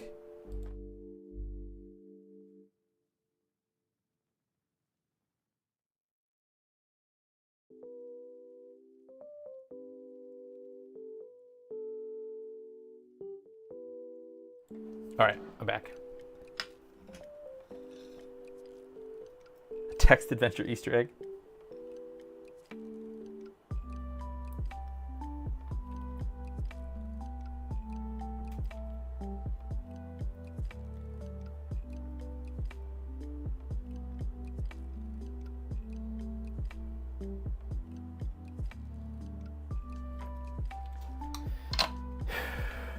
Okay, cool.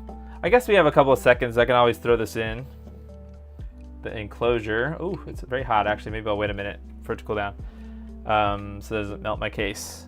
Well, that's the assembled thing, the assembled HIDman. Now we have to flash the firmware.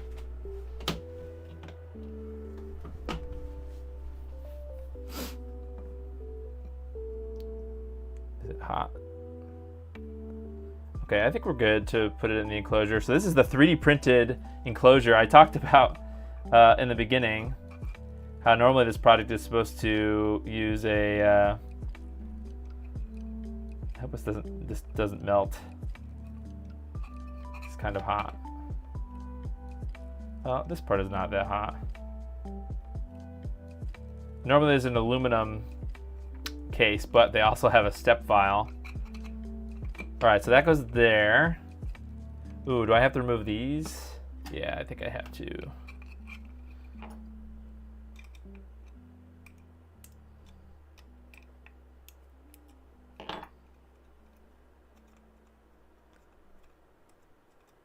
The Amstrad CPC is your favorite. Interesting, I never heard of that.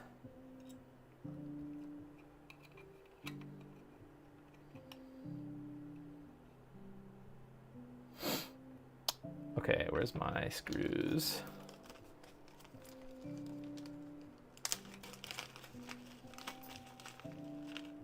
I might have heard about it. I think I've watched some of your videos before. There's just so many different computer platforms out there.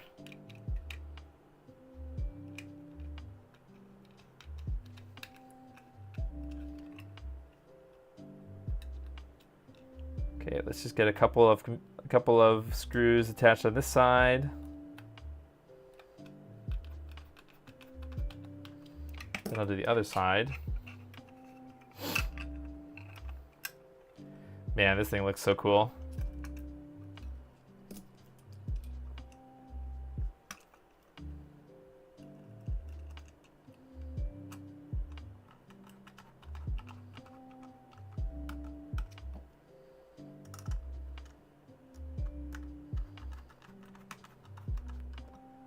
Okay, so before I put all the screws in, let's go install the firmware.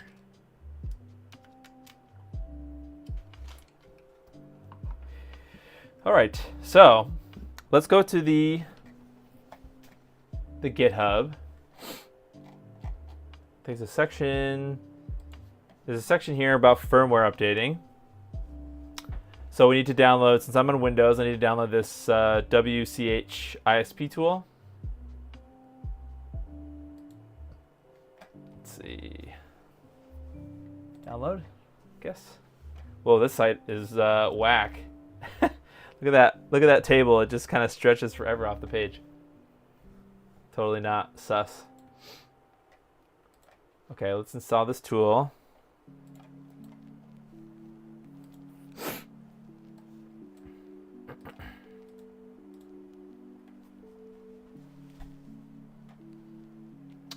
Guess we can run it. Okay, now we need the firmware, which, so I guess we got to download the, let's download the repo from the GitHub page. Extract the firmware.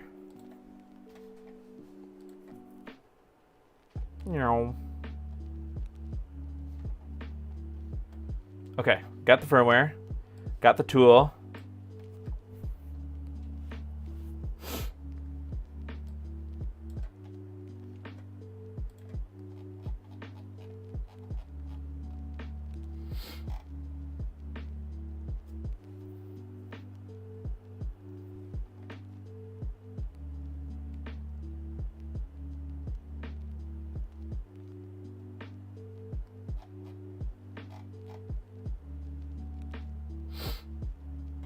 Will I need another keyboard and mouse to get before I can use this one time?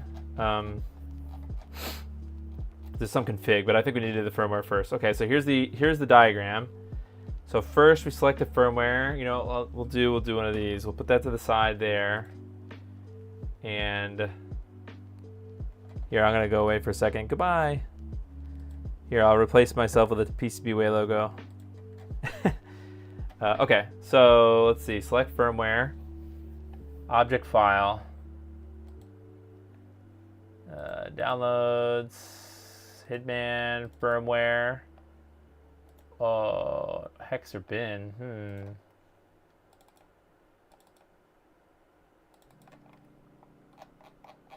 Oh no, that's the binary of the firmware. Okay, so is there a release on the GitHub? The binaries aren't in GitHub, or rather aren't in the source tree. Okay, I see. Got it. So we need, sorry. So I made a mistake. The release, so that's the compiled firmware, is in the separate releases on the GitHub. Do I need the bin or the hex? Does it say? Let's see.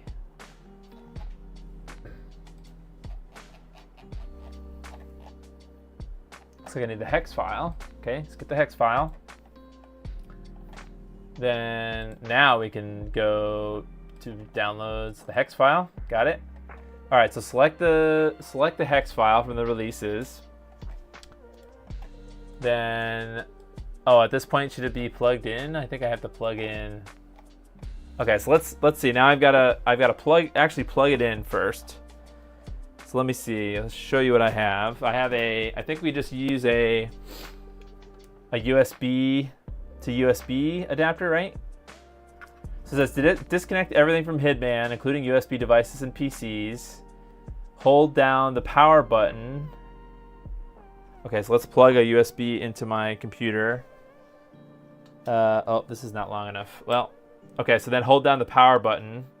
My USB cable is down over here. You guys can't really see it. We're gonna plug it in. So I'm gonna hold the power button and plug that into the lower USB port. So it's an A to A cable.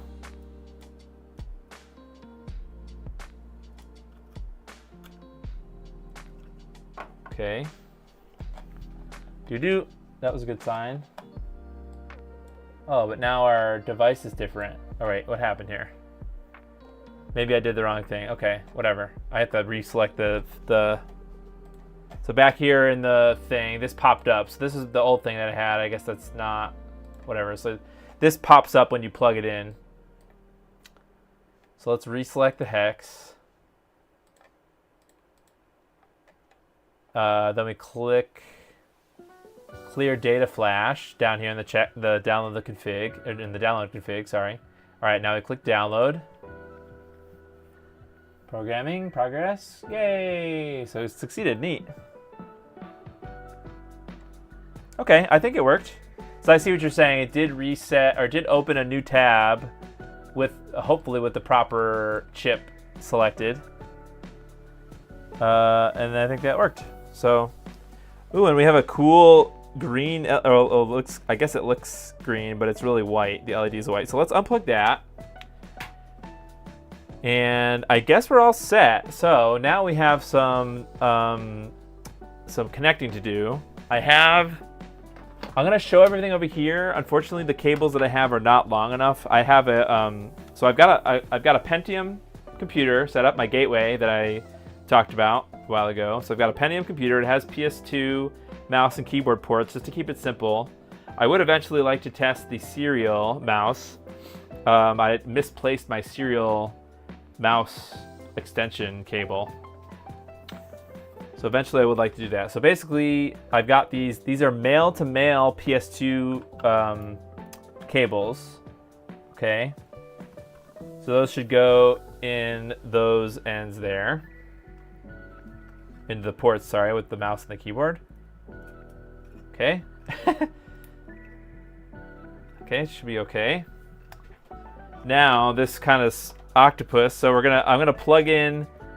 What's interesting is I'm gonna make it kind of hard mode right off the bat because I don't have separate USB mouse and keyboard. What I do have is a combo dongle thing. So this is a wireless keyboard and mouse, but it should still work. And I hope we don't have to configure anything to get it to work. So I'm just gonna plug this bad boy in. And I guess does it run through the power of the PS2? How does this thing get power? That's pretty neat. So I'm gonna plug this in and then turn the PC on and see what it does. I don't know if there's any config I need to do. I know there is a config that you can do, but we're just gonna send it. Let me get the keyboard part.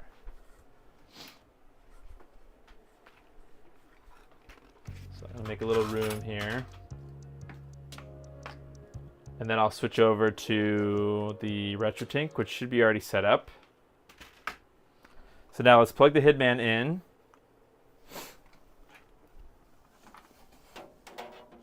Oh, I gotta make sure that you plug the right one in the right port. So this is the keyboard one, goes into the keyboard port. And the mouse one goes into the mouse port. Now I hope that the range on this receiver can reach down there. Fingers are crossed. It's power from the PS2. That's sick. Okay, so let's turn on the mouse and the keyboard.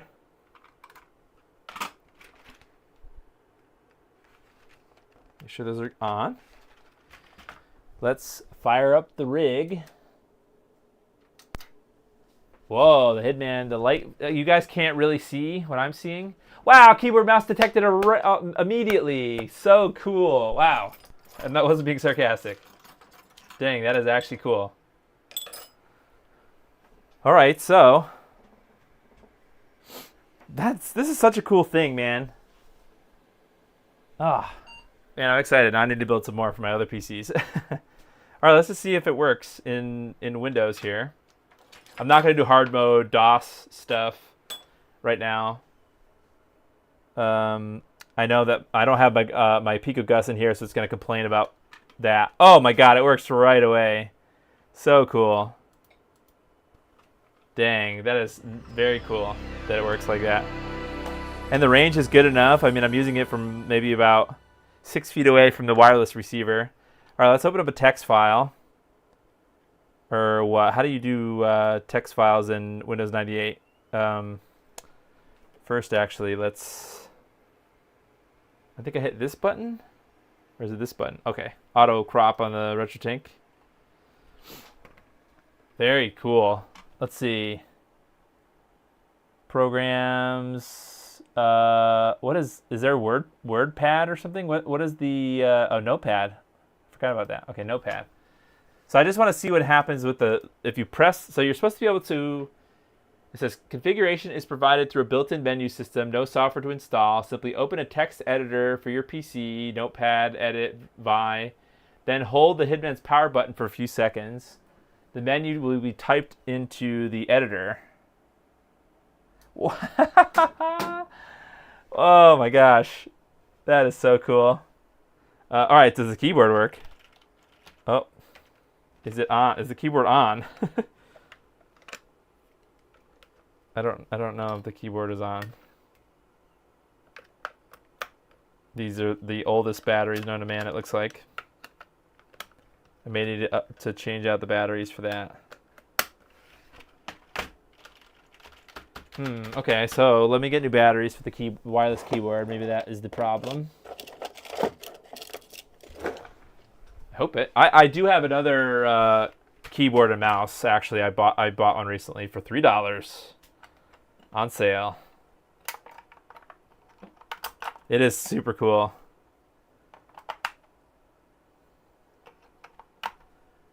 All right, let's see. Oh! Are we typing? No, we're not typing, but I also don't see any signs of life on the keyboard either. Did I break this? Oh, it's working! Goodbye! Why did I say goodbye? Wow, it worked! Okay, wait, is goodbye supposed to be there? Actually, let's just type it all in again. Or let's, yeah, the keyboard's working. So cool. All right, let's do the whole hold it down thing again. See if I. Okay, goodbye was not in there. Where did goodbye come from? Okay, so the menu gets typed out, but we're supposed to be able to enable or disable these features. And I guess if there is no config, it says advanced keyboard no, advanced mouse no.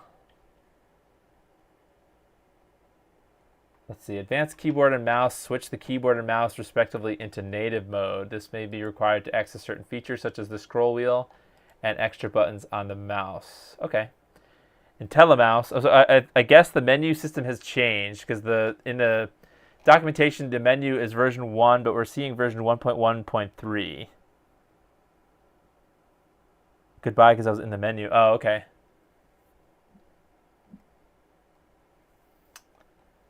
So I guess this has this has changed a bit. Wait a minute. Wait. Do you navigate the menu? What the?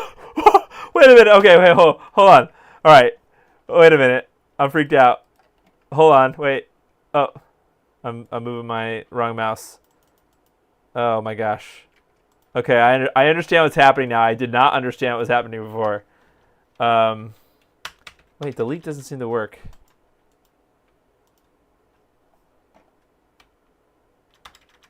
Exit to escape the menu. Oh, okay, I get it now. So it kind of locks you out. Okay, all right. For anyone's wondering why I'm freaked out, it's because I didn't realize what was happening, and now I get it. Let me see. Let's select all these things, and I'll explain it better. So I didn't realize that once you're in an editor like this, okay, if you hold down the menu, it kind of locks the keyboard out. Okay, I get it now. And you have to navigate the menu with the actual keyboard, and it actually types the rest of the menu out for you on the screen. So like, let's go into the keyboard menu by pressing 1 on the keyboard, and it types the next screen. So it's kind of like a command line program. Got it. Now I understand. I understand everything now. Okay, so there's a bunch of settings. Advanced USB, I guess that's for additional features. Like, I guess it's a scroll wheel. What happens if I turn that? Can I turn that on? Okay, so it's as easy as pressing the button again and it turns it on. 81 key mode. Okay, well, let's turn that back off. Let's go back out and we'll go into the mouse menu. And we'll turn that on because I do have a scroll wheel for my mouse. And then we'll escape. And then I'm just curious, what's in the... Let's go into the game menu. Use game controllers as mouse. Okay. I see. Well, we won't mess with that yet. Then there's an advanced menu.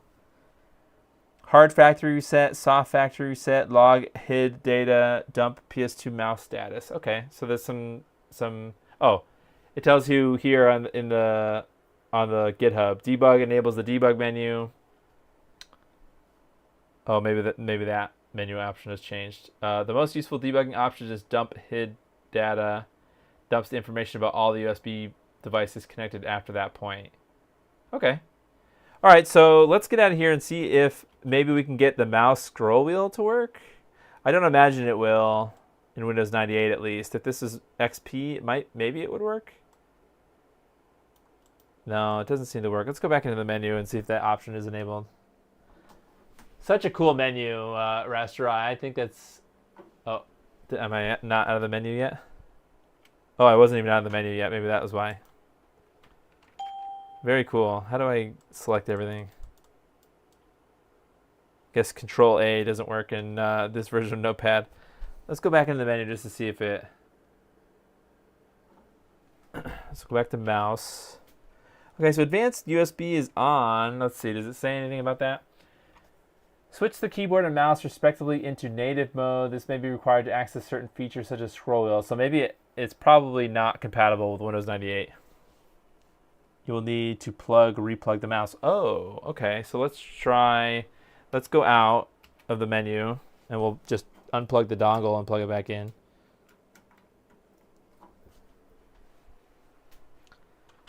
Let's try it now.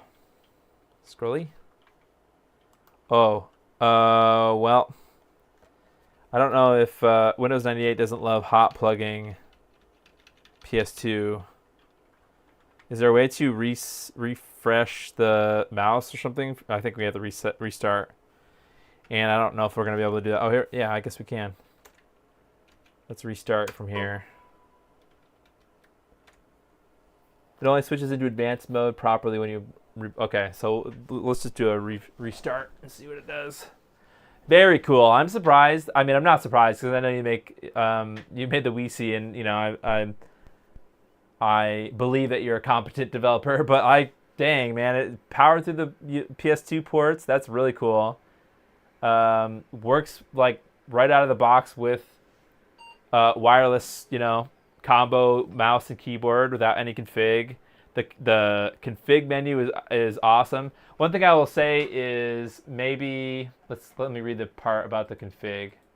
All interaction is through the keyboard. The menu will be typed out. Maybe I'm not gonna tell you what to do, but maybe you want to include like a sentence on your GitHub that says, "Oh, it's stuck now. The mouse stopped working." Did it? Maybe it doesn't support this advanced mode.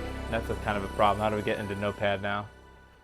I would just maybe include a sentence that's like, press a button to, or like the keyboard. I don't know how you would phrase it well, but like I was confused at first because I didn't understand. Is the mouse working now? No. I guess maybe it doesn't work with this. Maybe Windows 98 doesn't work well with this.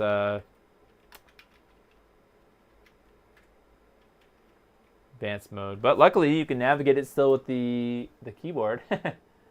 So I can imagine you might be able to get stuck in a spot if you do the incorrect config, where you might not be able to change the config for your mouse or your keyboard. You might have to take it to another computer. So wait, the settings are unique per the device, right? So if you switch to a different computer, all these settings are going to come over to another. Oh. Notepad may not support it. Oh, but the File Explorer might. Okay, maybe that's what it is. Okay, so let's try that. Oh, I just turned it off, didn't I? I don't think it worked at all. Like, it was not being detected at all. Like, the mouse is not moving at all, I guess I should say. Sending the HID dump. Okay. Hold on, how do I do that? So if I go to... Where does it dump to? Is it like a storage device on the USB port? So like if I connect the USB to my computer again, I'll be able to get the data from it. All right, so I think you said you had to enable it, and then going forward, it recognizes all HID information. So it's going to advance, dump PS2 mouse status. Does that do an immediate? Oh, it just does it right to the screen. Hey, look at that. Okay, does this help you at all? I don't know if this helps you.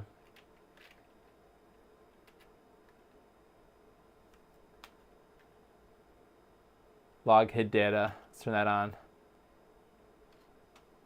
Oh, okay. Well, it's detecting something.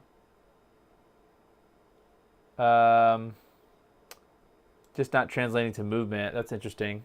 Just save the notepad. So what do you this whole thing would be a fine?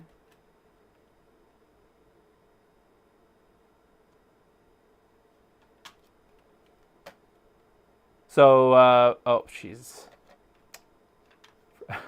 I gotta restart the computer.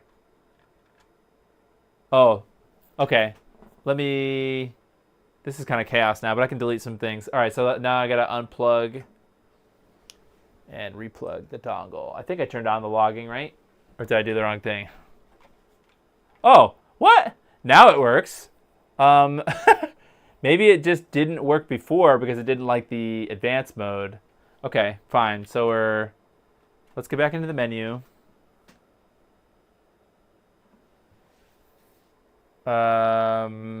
Advanced.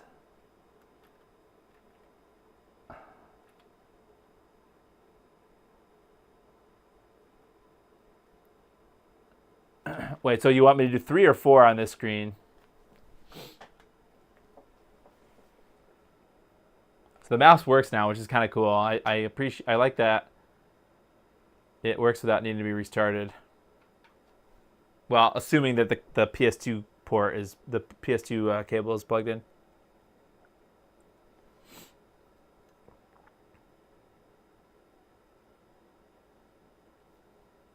Man, I wish YouTube would have no latency for 4K.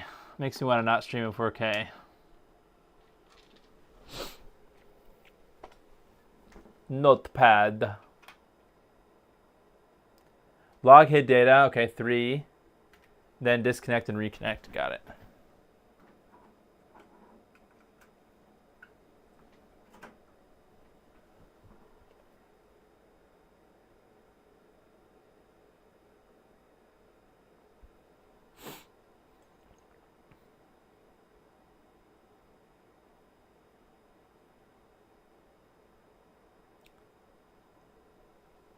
Okay, so I think that's it, right? Oh, so now do I hit escape to get out of that logging? Okay, so you need this data here. This interface 0 and 1.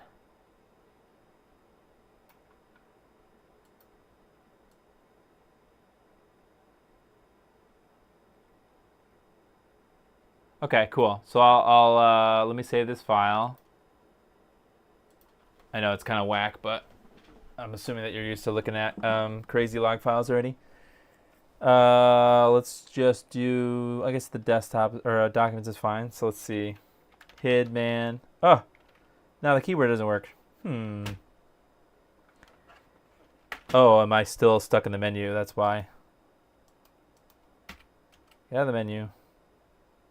Oh gosh, now it's all messed up. Got it. That's why I was not able to. Okay, so now I save it. File, save, HIDman, dump.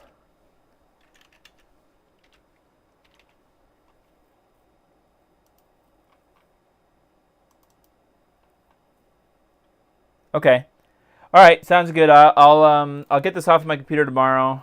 Lovely work by Aaron. I don't know. I don't want to open that.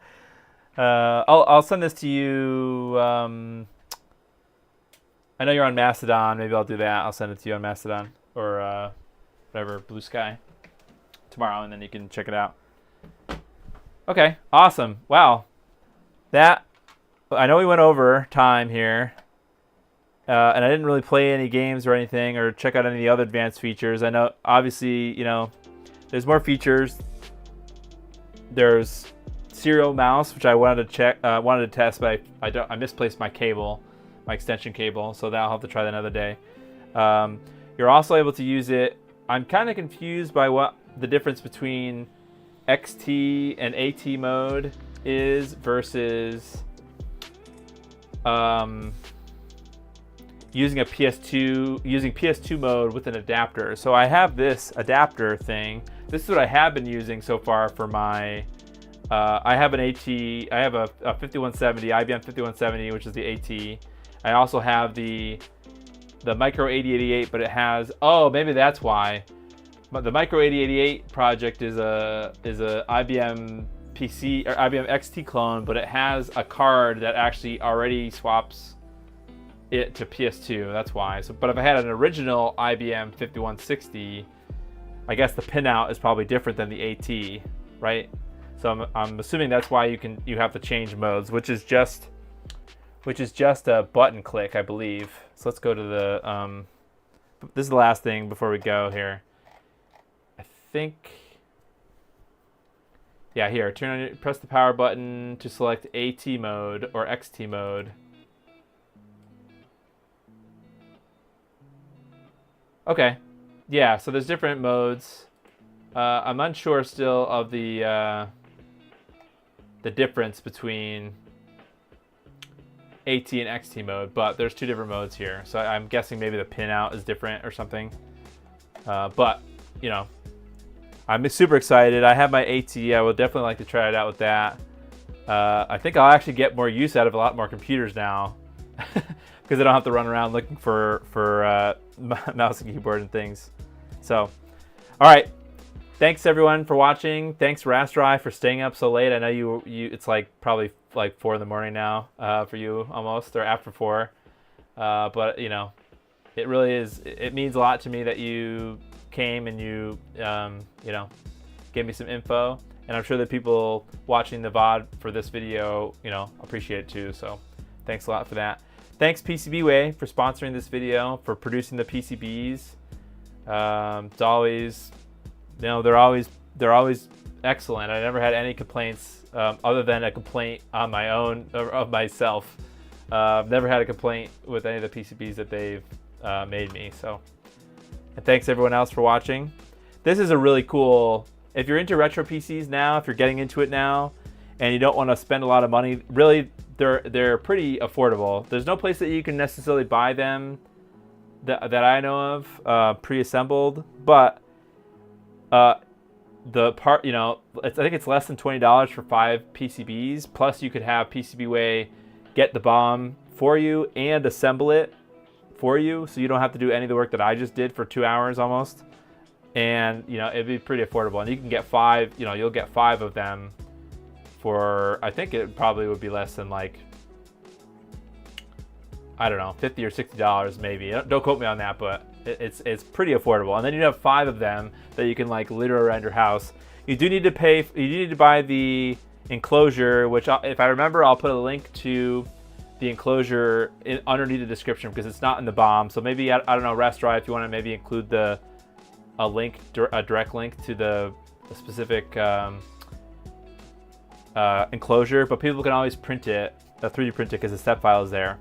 And you also do need to buy the cables separate. So I had to buy the male to male PS2, but you'd have to get a female, or I guess it would be male to female serial extension for the serial port.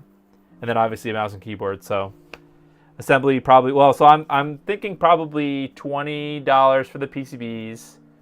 I think the BOM was less than $20 too. It might have been like 30, so let's say 50 plus assembly fee. I'm not sure off the top of my head for there. So I'm like, you know, maybe it's $70 or $80, but then you have 5 converters that you can stash around your house or whatever, and have it hooked up to 5 different computers and stuff. So kind of a cool, or you know, the ultimate rig. Something I would definitely like to try once I move to the basement is imagine every one of my retro computers has a HIDman, and then I get a KVM, or not even a KVM, maybe a KVM, because I want to be able to switch VGA into the retro tank or the morph in the future. But have a KVM so that you just switch I don't know how that would handle the. Have you tried the HIDman with a KVM? Just being able to hook up a bunch of computers to a single mouse and keyboard. So I'll have to experiment with that because that would be the ultimate setup. That's like this, you know. Then you can have a bunch of computers connected to the same thing. Oh, my camera froze here. Oh, someone's calling me. Okay, I've got to go. I'm being yelled at via phone call. All right, goodbye everybody. I won't see you on Sunday because I'll be on vacation, but I'll see you next Wednesday.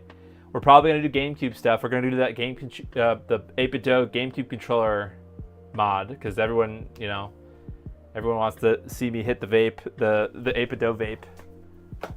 Just kidding, it's not a vape, but it looks like one. But the wireless PCB is what people are excited about. So, all right, take care, everyone. Goodbye.